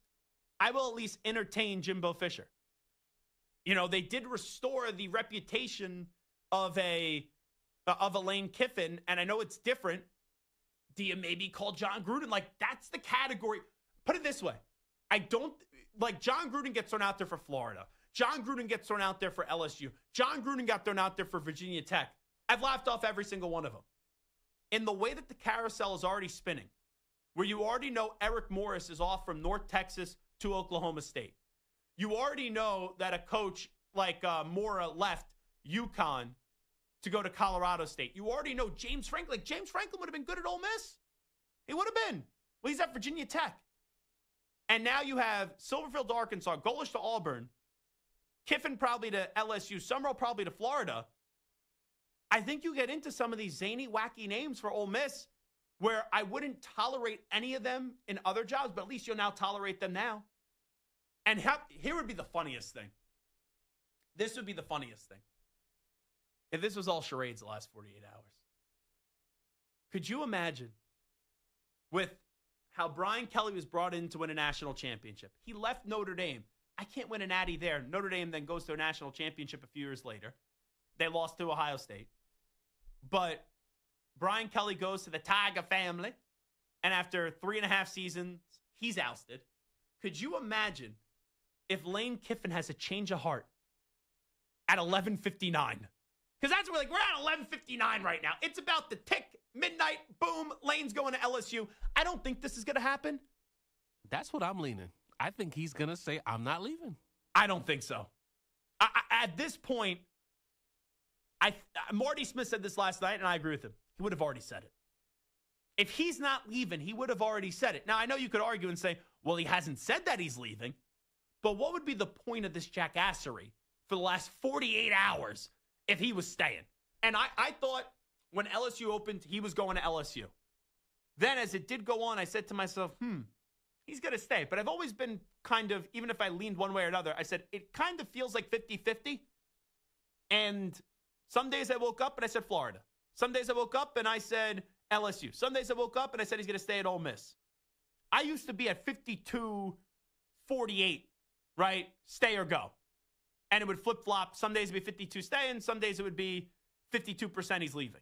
Now it feels like it's 99% that he's leaving to go to LSU and that Ole Miss is going to be sitting there with, I'll say 99.9%, with 1/10% of chance to retain him. But could you imagine with the craziness of LSU, with the wacky governor getting involved, Brian Kelly getting fired but then not getting officially terminated, and was it going to be with cause or without cause? And then it was without cause. So, that came like 3-4 weeks later.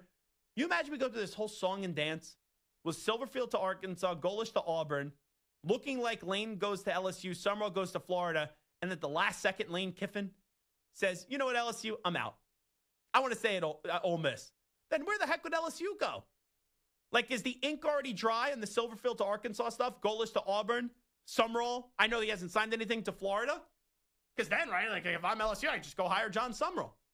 But we need a decision by the end of the day. And I think you're getting one, but it is peculiar. It is bizarre to me. It is weird to me that we went from we're getting a decision yesterday to then they meet. And this was a good old-fashioned staring contest, right? This was a showdown where Lane's saying, I want to leave. I still want to coach my team to the end of the season. The chancellor and the athletic director are saying, no chance in hell are we going to let you coach the team. So it seems like Lane, is this official? Pete Nate goes, was that on the air or was that just in my headset? Oh, it was just in my headset. Oh, you could have said that on the air. Nico, we could have given you a big moment there. Now it's official. John Summerall to Florida. Bang! Now what the heck's going to happen with Ole Miss? But could you imagine now? We got Summerall officially to Florida. We got Silverfield to Arkansas. We got Golish to Auburn. Could you imagine how if Lane says, hey, LSU, gotcha. I'm staying at Ole Miss. Oh. It would be, they would need to start Mardi Gras early at LSU because people would need to just drink away their sorrows as that happened. But in all likelihood, and in all reality, Lane's going to LSU. And you go from the belle of the ball and being Ole Miss, oh, we're 11-1. Oh, we're going to the college football playoff. Oh, we have an outside chance to go win a national championship. To now, next year, what's going to happen? Most of your coaches are going to be at LSU. Most of your players, at least the good ones, they're going to be at LSU. And you can't even get a date with Golish, Silverfield, Summerall. Right? Summerall's to Florida. Silverfield's to Arkansas. Golish is to Auburn. Who are you getting? Joe Judge? Jimbo Fisher? John Gruden? Maybe they dust off Coach O. No, yeah. Oh, that would be good. Bring him back. I feel bad for Ole Miss, though. But it's the calendar of the sport. Think about this. There's a good chance that Tulane is in the college football playoff. Chance, right? They beat North Texas, they're in. Summerall's going to Florida. I don't know how the dynamics of that's going to work. Ole Miss is in the playoff. Their coach is going to LSU. What a big stinky mess this is. But this is drama and this is college football. So good job there, Nico, being on top of it and Ray. But geez Louise, this is really something. Oh boy. So now we have this team meeting at LSU, or excuse me, at Ole Miss. That was supposed to happen at 10 a.m. Eastern time. It's going to be at 2 p.m. Eastern time. Just end this damn thing. Just end it already. If we find out that Lane Kiffin's then going to move this back for another 2 hours to 4 p.m. Eastern time, geez, this is just getting nasty. Like, what are they negotiating at this point? This is what I think is going to happen. Lane Kiffin's probably going to eviscerate Ole Miss out the door. He's probably going to say, I'm going to be the next head football coach at LSU. I think it's disgraceful. They're not going to let me continue to coach a team. I wanted to coach a team, blah, blah, blah, blah, blah, blah, blah. And it's going to get ugly.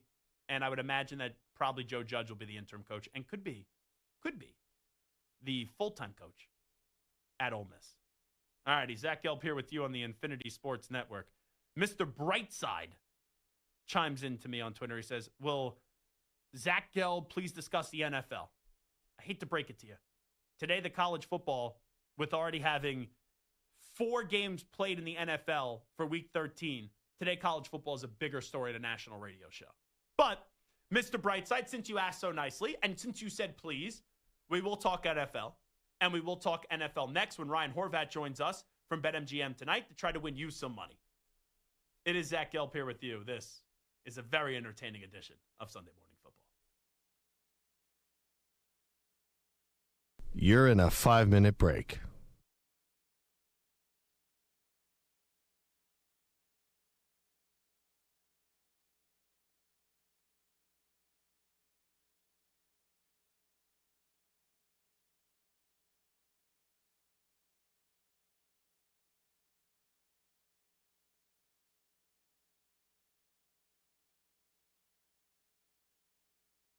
Four minutes, 30 seconds remaining.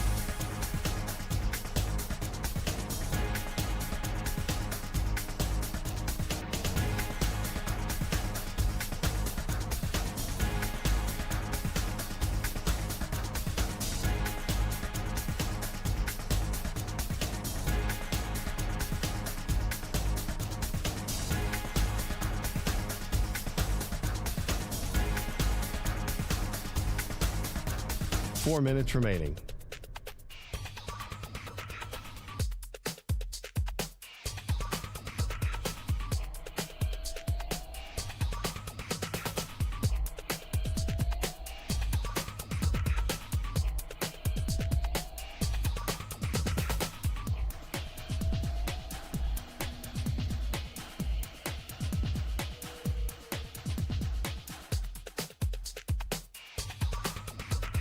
Three minutes, 30 seconds remaining.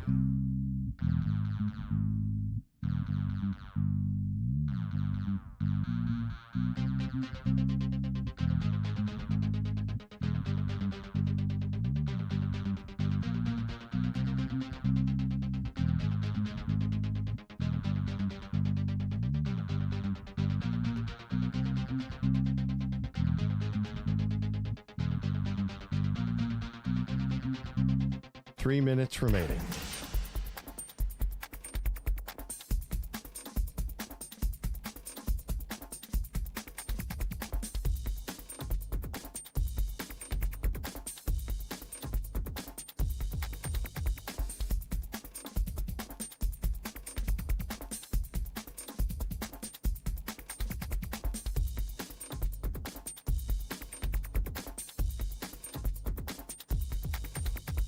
Two minutes, 30 seconds remaining.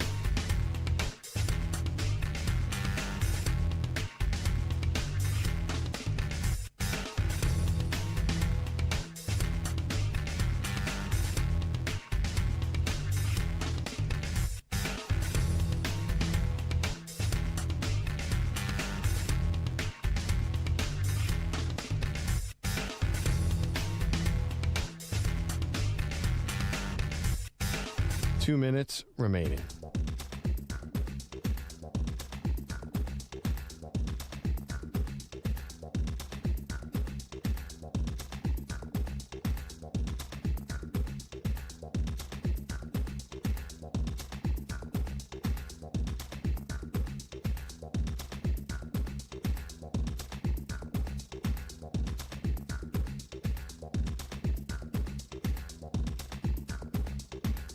One minute, 30 seconds remaining.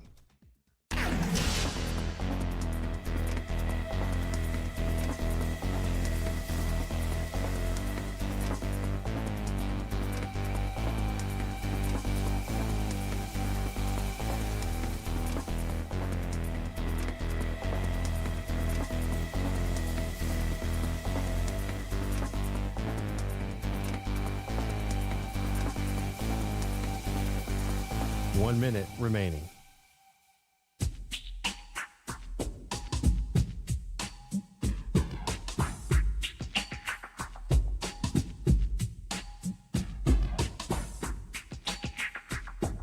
.45 seconds remaining.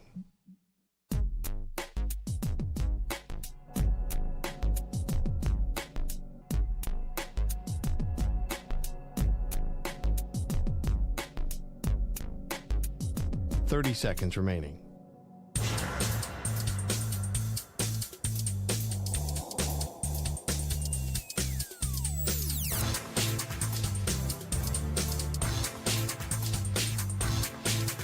Fifteen seconds.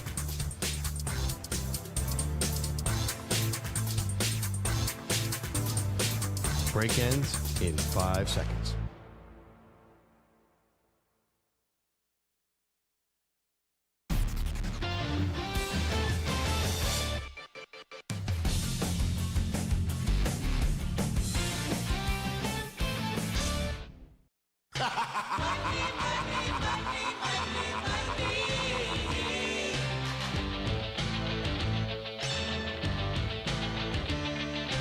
Everybody's got a price.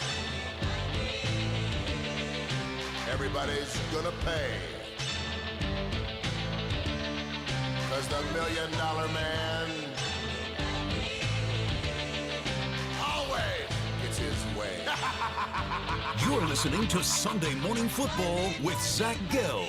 Alrighty, a 2-for-1 special with one Ryan Horvath this week. He joined me on Thursday when I was in for Bill Ryder doing a little special Thanksgiving Day edition of, a little show for a little football before we got the 3 games in the NFL. You did see the Packers beat the Lions 31-24. Cowboys beat the Chiefs 31-28. And the Bengals just thumped the Ravens 32-14. And then on Black Friday, the Chicago Bears walked into Philadelphia and opened up a can of whoop-ass as the Bears are now 9-3. The Eagles fall to 8-4. They lose that game to the Cowboys, and then they also lose that game to the Chicago Bears.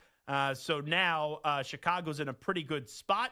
So we have a truncated version of a football Sunday, but we still have one nonetheless. So let's get to Ryan Horvath for the second time this week to try to make you some money, and he joins us via BetMGM tonight. Ryan, a happy football Sunday to you, and how are you, my friend? Doing great, man. Doing great. More football today. Not the best slate, but it's NFL football, so we'll take it. We had some good Thanksgiving games, and the college football yesterday was excellent, man. Let's get to Shedeur Sanders. He did beat the Las Vegas Raiders last week, so the Cleveland Browns improved to 3-8 on the season. The 49ers keep on winning, even with Brock Purdy coming on back, but Brock Purdy has not played well. Niners are in Cleveland today. This is a 1 p.m. Eastern time start. San Francisco is a 5.5-point favorite. And how about this low over-under of 35.5 points? Yeah, and I kind of like the under in this game, 35.5. I think this is going to be a lower-scoring game. I played Cleveland to cover. Anything over 5.5. I do like the Browns here. The Niners probably do what they've done all season long and find a way to win this game, but I can't wait to watch this matchup today between Trent Williams, who's still one of the better left tackles in football, and Myles Garrett. And I know Myles Garrett lines up on the opposite side, but I do think they're going to do battle at least a couple times today. Shedeur, I mean, it's another week of practice. It's another week running with the ones. I don't think he's going to light the world on fire, but I did have to bet him over 14.5 completion.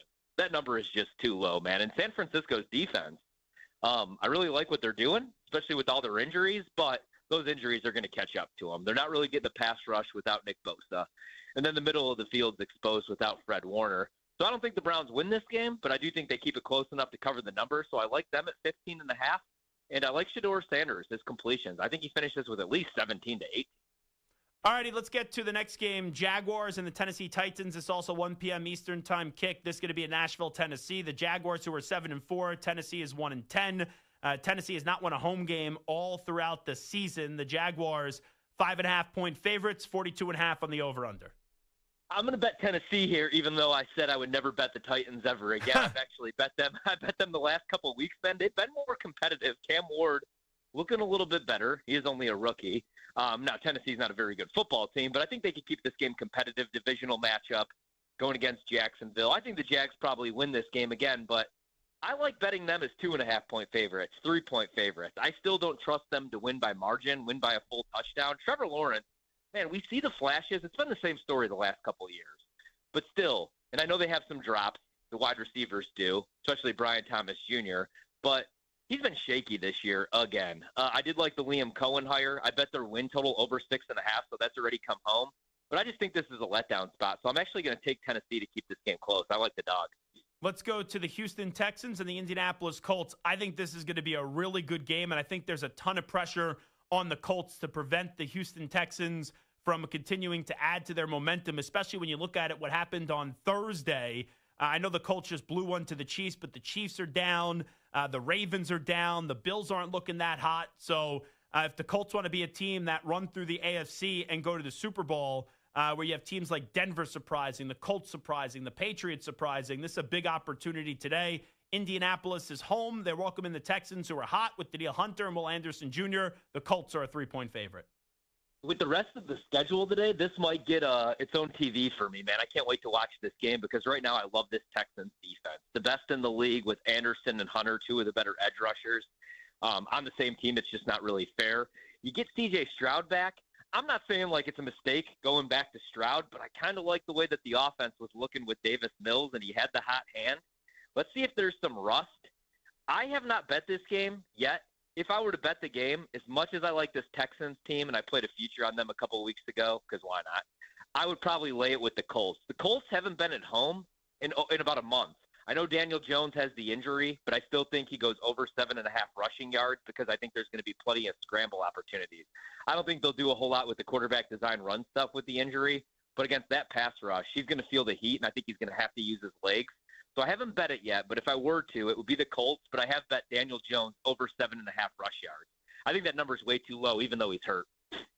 Ryan Horvath here with us from BetMGM tonight. Saints and the Dolphins, 2-9 versus 4-7. Miami, it's too late, but they're starting to look better as a football team. They're a 5.5-point favorite down in South Florida today. You know, I kind of like the Saints to cover the number. Now watch, the Dolphins will show up and they'll win by 30 today because they're the weirdest team in the league. I thought there was a good chance Mike McDaniel, like we all did, was going to be fired weeks ago.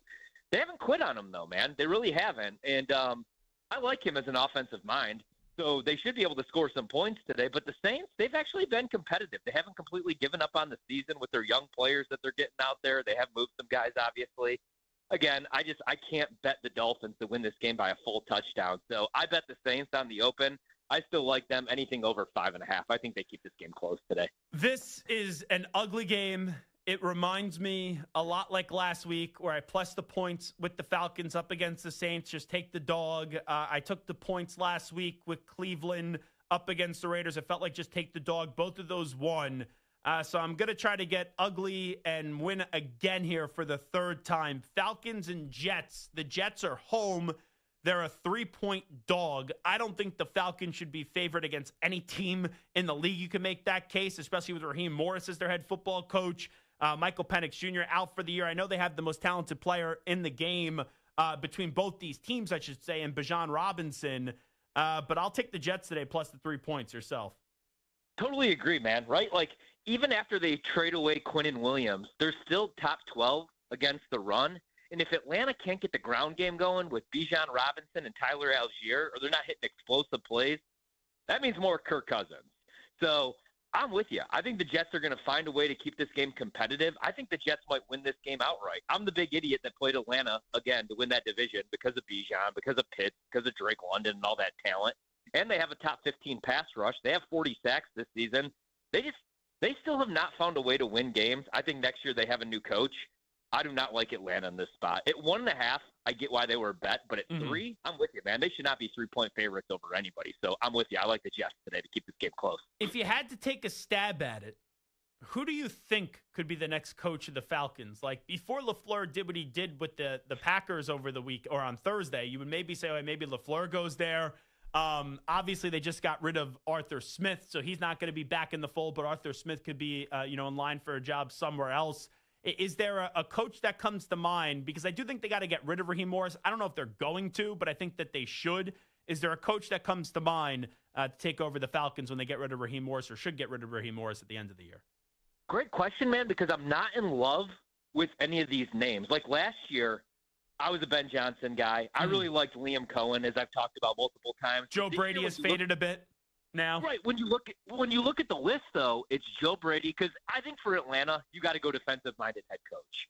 I'm sorry, offensive-minded. Yeah. Right? Yeah, because they already went defense with Raheem, man. And the defense has improved, and they probably won't end up getting rid of him. They'll probably give him another year. But, like, looking at the offensive coordinators that you could hire, I'm not hiring Arthur Smith. Matt Nagy, no. Joe Brady, I've cooled off a little bit on him. Jesse Minter, no. So that's a great question, man. Probably out of all those names, Joe Brady. Let me just do this real quickly. I just Googled it, and I'm just going on the first thing that I see, so I have no clue if this is any credibility whatsoever. It's LWOS Sports. And I Googled next Falcons head coach. It was the first thing that came up. 5 head coaching candidates the 2026 Atlanta Falcons could pursue if Raheem Morris fails. It's on November 13th. Clint Kubiak, Brian Daboll, Jeff Ulbrich, Jesse Minter, and Cliff Kingsbury. Ooh, underwhelming. Very underwhelming, man. And I hear people trying to make the case for Cliff because he went away, came back, ran the offense pretty well last year for Washington. This year you can't really blame him because Jaden Daniels is hurt.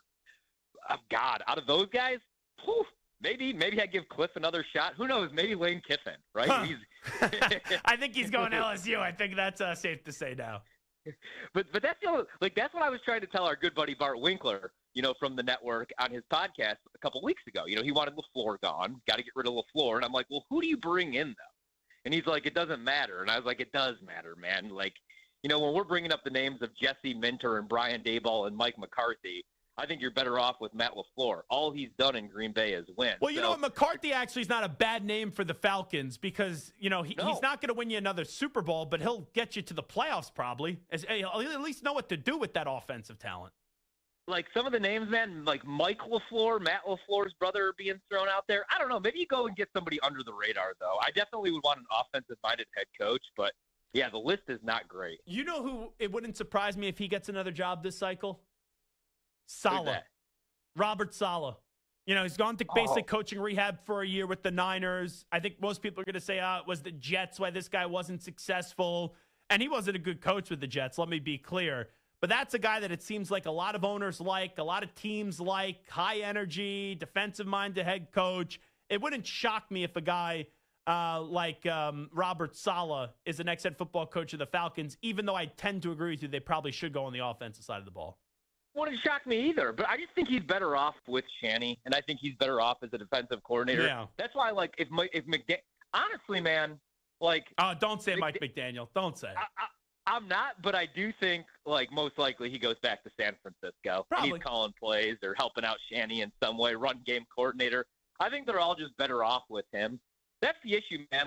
Who is the next Ben Johnson? Who is the next Sean McVay? Who is the next Kyle Shanahan? I look at this list, and I'm not in love with any of these guys. I might look at the college ranks. I mean, Liam Cohen a couple years ago was coaching at Kentucky calling plays. He only did 1 year in calling plays before getting the head coaching gig. So maybe you're looking for somebody at that level. I don't know, though. Yeah, it seems like Jeff Hafley's also going to be a big name in this cycle, too. Yeah, Hafley. Anybody but Nagy. That would be my recommendation. Yeah, well, you know where Nagy could – you know where he could wind up? He could wind up in Tennessee because Borgonzi's the GM, and he's coming over from Kansas City. So maybe it is Nagy going down to Tennessee. That wouldn't surprise me at all, man. I mean, because he did have the winning season in Chicago where they won the NFC year. North. He won Coach of the Year. He made Mitch Trubisky look like an NFL quarterback for a year. You know what the name we're not talking about, though? Stefanski, 2-time Coach of the Year award winner in Cleveland. They don't like when I say that because they go, in Cleveland. Right. But that's a guy that it seems like that's, the expiration time is there up in Cleveland. Stefanski could be a hot commodity this coaching carousel. All righty, Ryan Horvath, getting back to the games. So you like the Jets plus the 3 is what you said. Cardinals and Buccaneers. Tampa Bay is a 3.5-point favorite. Yeah, I also like the Cardinals here. I've been betting them way too much. If I don't trust them, at 3.5, I would take the team total. Every week since Jacoby Brissett, except for 2, they went over their team total points. The offense is just flowing better. I think Trey McBride, even though it's not the sexiest matchup for him today with those safeties, I still think he finishes with 7-8 receptions. I think Arizona might win this game outright, man. I really wanted Tampa to be a contender in the NFC because I love Baker. Now he's hurt. He's trying to throw the team on his back every single week. They are going to get Bucky Irving back, but this team has just suffered way too many injuries on the offensive side of the ball. Not in love with their defense. They're also a little bit beat up in the secondary. I like Arizona in this game. As disappointing as they've been, I think they keep this game close. I think they might win this game outright. So I took the points here with the Cards. Rams and the Panthers. I've stopped trying to figure out what the Panthers are. It's so week to week. If you would have told me that you would have had all those interceptions from Brock Purdy and they would have only scored 9 points, I would not have believed you, but that's the spot that they're in. Carolina 6-6, and they welcome in the LA Rams today. Matthew Stafford could be the MVP when this is all said and done. Rams on the road as a 10-point favorite. I just don't know how right now you bet against this Rams team, man. They look like the greatest show on turf. Matthew Stafford could be the MVP. He's putting up Tom Brady record-breaking numbers. Devontae Adams has not skipped a beat at 32 years old. He's still one of the better route runners. Puka Nacua is a nightmare matchup for everybody. I like their tight ends. I like Kyron Williams. And nobody talks about their defense. Their defense is one of the better defenses in the league, and McVay is still a great coach. I don't trust Carolina. I bet them on Monday. I said 7.5 is too big of a number against this beat-up 49ers defense. I don't trust Bryce Young, man. I just don't. I don't like Carolina's defense, even though they have played hard. The coaching staff is fine. I just don't think Bryce is the guy, unfortunately, for them. So I would only lay the number here with the Rams, man. Maybe you use it as a teaser or a money line parlay piece, but I think the Rams just take care of business and win this game by 20. All righty, next game, Vikings and Seahawks. I'll be doing this game on Compass Media Networks as the studio host, so make sure you tune in there. I'll have pre-half and post coverage. Max Brosmer going to be the starting quarterback for the Vikings for the injured J.J. McCarthy. Seattle, you have the connection of Sam Darnold to Jackson Smith and Jigba, and the Seattle Seahawks are an 11.5-point favorite. I like Minnesota here, actually, to keep this game close, man. Going against Sam Darnold, I think they're going to blitz the living hell out of him in this game. And I know it's Max Brosmer, but, let's be honest. Can it look any worse than it has with J.J. McCarthy outside of that one half against Chicago week 1? I say no. And then Carson Wentz. I mean, enough said right there. Minnesota, they still have the talent on the defense. I still love Kevin O'Connell. And the skill position players are fine. And Jordan Addison, Justin Jefferson, Aaron Jones, Jordan Mason. So 11.5 is a big number. It's just I don't think you could downgrade them this much just because J.J. McCarthy is out. So I'm grabbing the points here with Minnesota. Seattle's a different beast at home. Really good defense. Darnold and Njigba have been great this year. But 11.5 is a huge number in an NFL game. So I'll take the points here with Minnesota. I think they keep this game competitive within a touchdown apiece.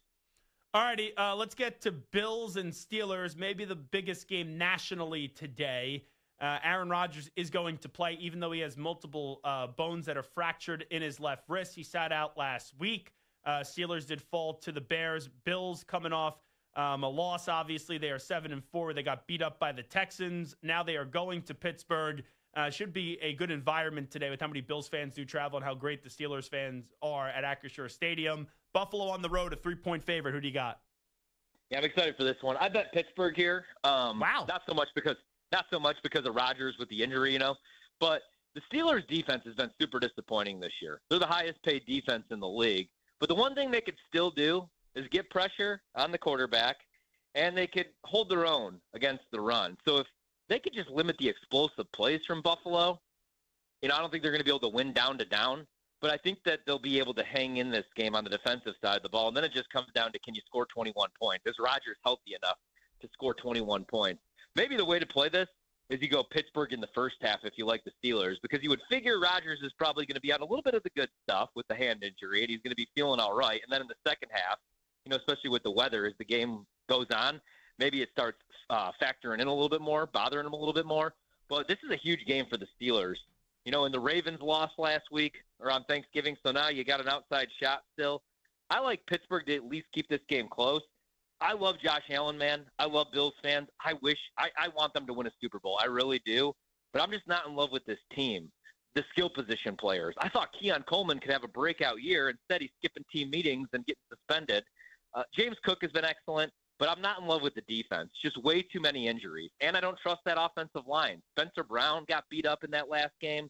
I like Pittsburgh to win this game today, so I grabbed the points with them. Ryan Horvat, Raiders, Chargers. Chargers at 9.5-point favorite over under 40.5. I am done with the Raiders, man. Every other week, I feel like I bet a big number with this team. I kind of like them coming into the year. Not to win many games, but I was a Geno guy. He's been terrible. After I won money when I bet them plus the points against the Jaguars, I said to myself, I won. I'm not going to test my luck again. I'm done. Yeah, because that's the thing. It's like even when you win a bet with the Raiders, it's like you just got out of a 12-round heavyweight fight. Thank you, right? sir. I do not want to have another. Yeah. You're like, that wasn't even enjoyable. Just keep the money next time. I can only lay it here with the Chargers. That said, though, I don't really want to lay a big number with this team either. Liked them a lot coming into the year, and then both tackles got hurt. Both Alt and both Slater got hurt. So if I had to bet the game, it would only be the Chargers, but I'm going to stay away from this one, man. All righty, quickly, Broncos and Commanders, Sunday Night Football on NBC. Broncos a 6.5-point favorite. Okay, so if I had to bet the game, I would take the points with the Commanders, but they're a nightmare right now. Instead, I'm going to look for some props in this game.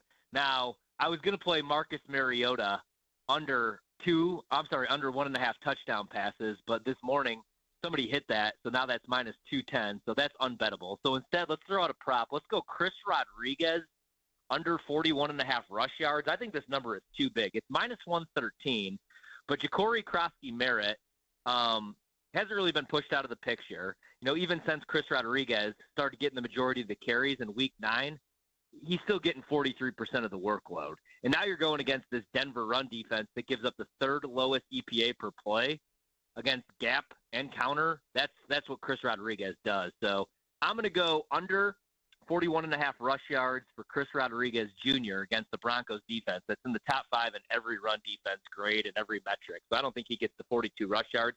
If I had to bet the game, I would take a shot with the Commanders. I think it might be a backdoor cover situation. Standalone game, it's hard to run away and get blown out. So I think they keep this game competitive, but I do think the Broncos win. All righty, last thing I'll ask you quickly. Give me an anytime touchdown parlay. All right, anytime touchdown today. Let's go with Travis Etienne for the Jags. It's minus 115. He scored in 3 straight games. Let's go with, let's go with Woody Marks for the Texans, plus 155. The Colts have allowed a running back to score in 4 straight games. So we got Woody Marks, we got Travis Etienne, and then last one, let's go with Kyron Williams. It's minus 140. Christian McCaffrey, Bijan Robinson, Josh Jacobs, James Cook, some of the best running backs in the league. They've all scored on the Panthers in the last 5 weeks. I think now Kyron Williams gets in the end zone. So Kyron Williams, Woody Marks, and Travis Etienne. Better than 5-1 right there. By the way, I was so annoyed on Thursday because we hit Montgomery so quickly. We hit Rashee Rice so quickly. And all we needed was Lamar Jackson. And it was like 25 to win 360. Odds were over plus 1,000. I think it was like 12 or 1,300. And Lamar Jackson stunk up the joint. So he stunk up the joint. He is bad right now, man. Lamar has not been good since coming back. I thought a lot of it was rust with the injury, but there's something off right now with that offense, man. I'm not in love with that Baltimore team. I'm hoping the problem in that division is, though, not in love with the Steelers either. And the Bengals, it's just too late. I wish that the Bengals could just go on a run, man, because I would love to see Burrow in the postseason. None of these other teams deserve to be there, in my opinion. He's Ryan Horvath from BetMGM tonight. Ryan, appreciate it. Thanks again. Thanks, man. Appreciate it. All right, let's get the latest update in with Tony Pierno. Infinity Sports Network.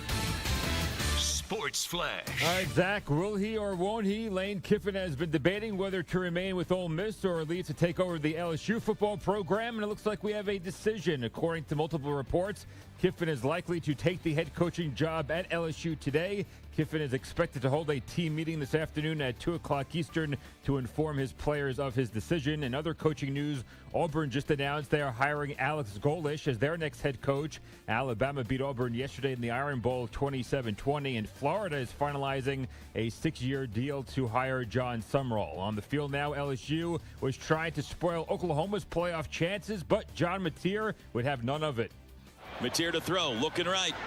Has time, deep across the middle, wide open behind the defense. Satania all alone. Touchdown! Touchdown! Blown coverage. Isaiah Satania, 58 yards. Sooner magic on a Saturday night. Oh, mama! Sooners radio on the call. John Mateer with a 58-yard touchdown pass with 4:16 remaining to lift Oklahoma over LSU 17-13. Elsewhere, Ohio State handled Michigan 27-9. Texas Tech blanked West Virginia 49-0, while Oregon down Washington 26-14. Notre Dame upended Stanford 49-20. After an 0-2 start, the Fighting Irish finished with a 10-2 record. Marcus Freeman believes his team should be headed to the college football playoff. You want the 12 best teams now. I know you have the conference champions and the group of 5 highest ranked team, but you talk about who are the best teams now, not not week one, now. And it's hard to argue we aren't one of those teams. Vanderbilt knocked off Tennessee 45-24. USC defeated UCLA 29-10, and Virginia topped Virginia Tech 27-7. NFL news: Baker Mayfield and Bucky Irving are both active today for the Buccaneers. J.J. McCarthy is inactive for the Vikings. NBA last night, Cooper Flagg dropped a career-high 35 points as the Mavericks beat the Clippers 114-110, and the Raptors had their 9-game winning streak come to an end as they fell to the Hornets in overtime 118-111. I'm Tony Pierno.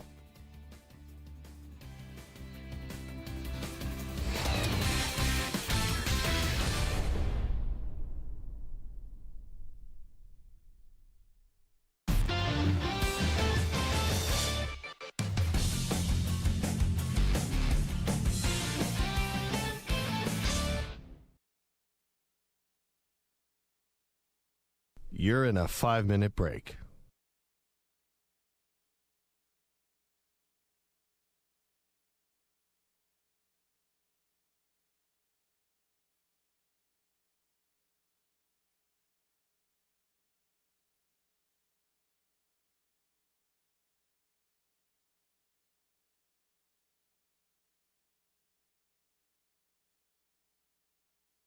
Four minutes, 30 seconds remaining.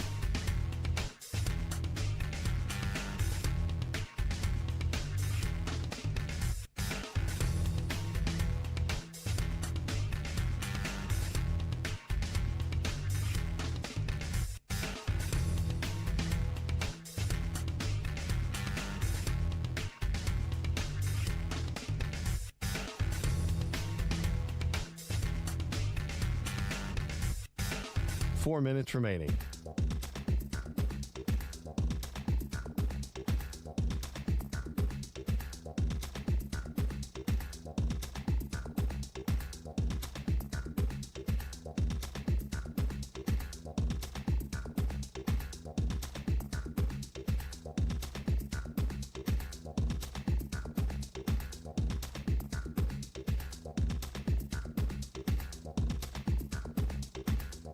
Three minutes, 30 seconds remaining.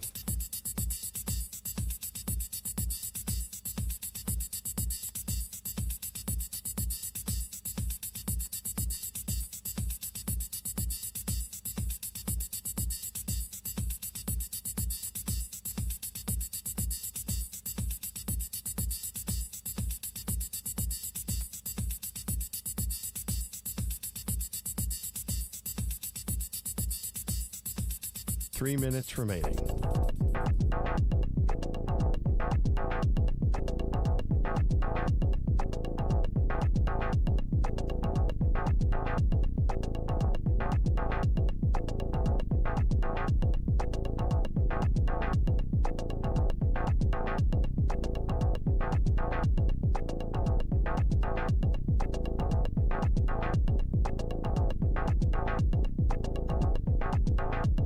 Two minutes, 30 seconds remaining.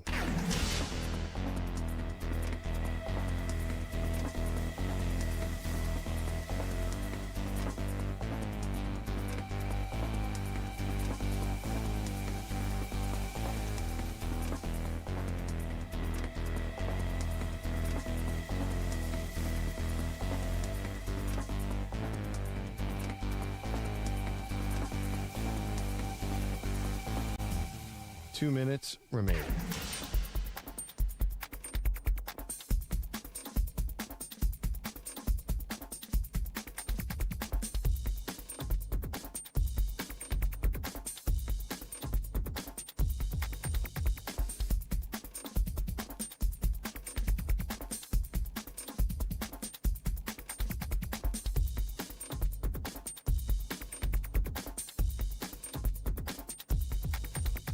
One minute, 30 seconds remaining.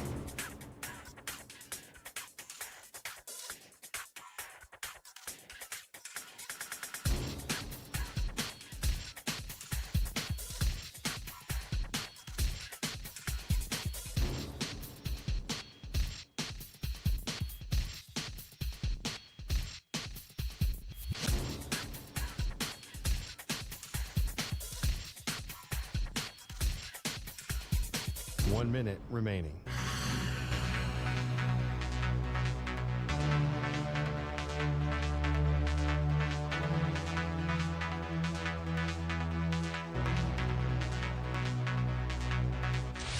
45 seconds remaining.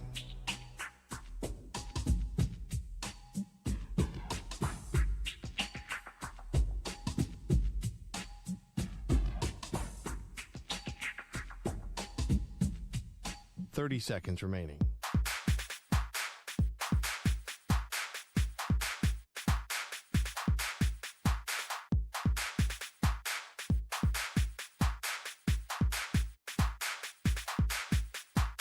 Seconds.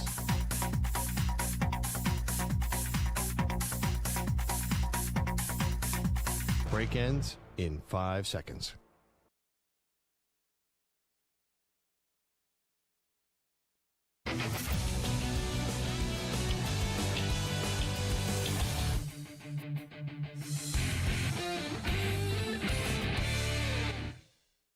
From the biggest plays the day before in college football to getting you ready for all the mayhem that comes your way every NFL Sunday. You're listening to Sunday Morning Football with Zach Gelb. So this is how ugly it's getting between Lane Kiffin and Ole Miss. There are a few reports out there that since it appears that Lane Kiffin, once he goes to LSU, is not going to be allowed to coach Ole Miss, that Lane Kiffin is basically telling his staff, if you want a job with me, you go with me right away and you leave Ole Miss. Oh, boy. Lane Kiffin, you better go win a national championship at LSU. Because what you did at Ole Miss is really special. It's really fun. It's a good, heartwarming story. Now you're going to LSU, which, quite frankly, you deserve the LSU job. Like, if I am kind of painting the picture of a coach for LSU, there's a lot of characteristics that Lane Kiffin has that meshes with LSU. But you better go win. Because what you're doing right now is you're becoming a villain in college football. You are. You're becoming polarizing. You're becoming a villain. You've been becoming the face of the sport. You win a national championship, you will be the face of the sport. But with that being said, with how this is looking right now, this is a messy divorce.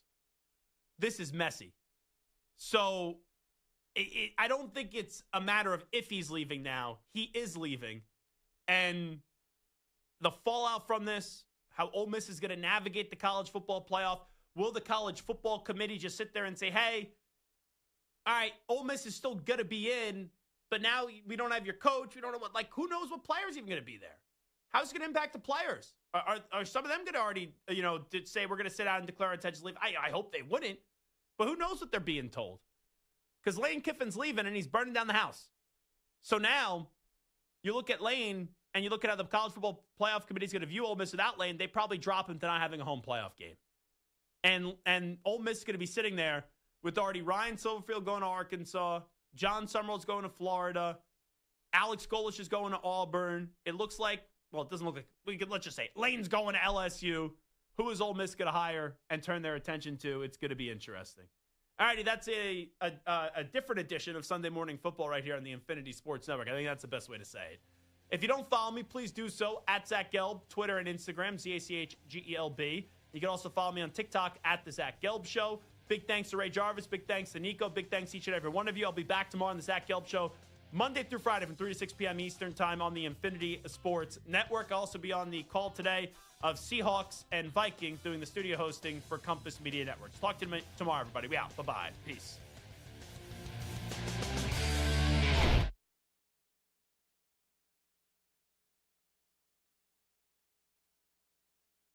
You're in a 5-minute break.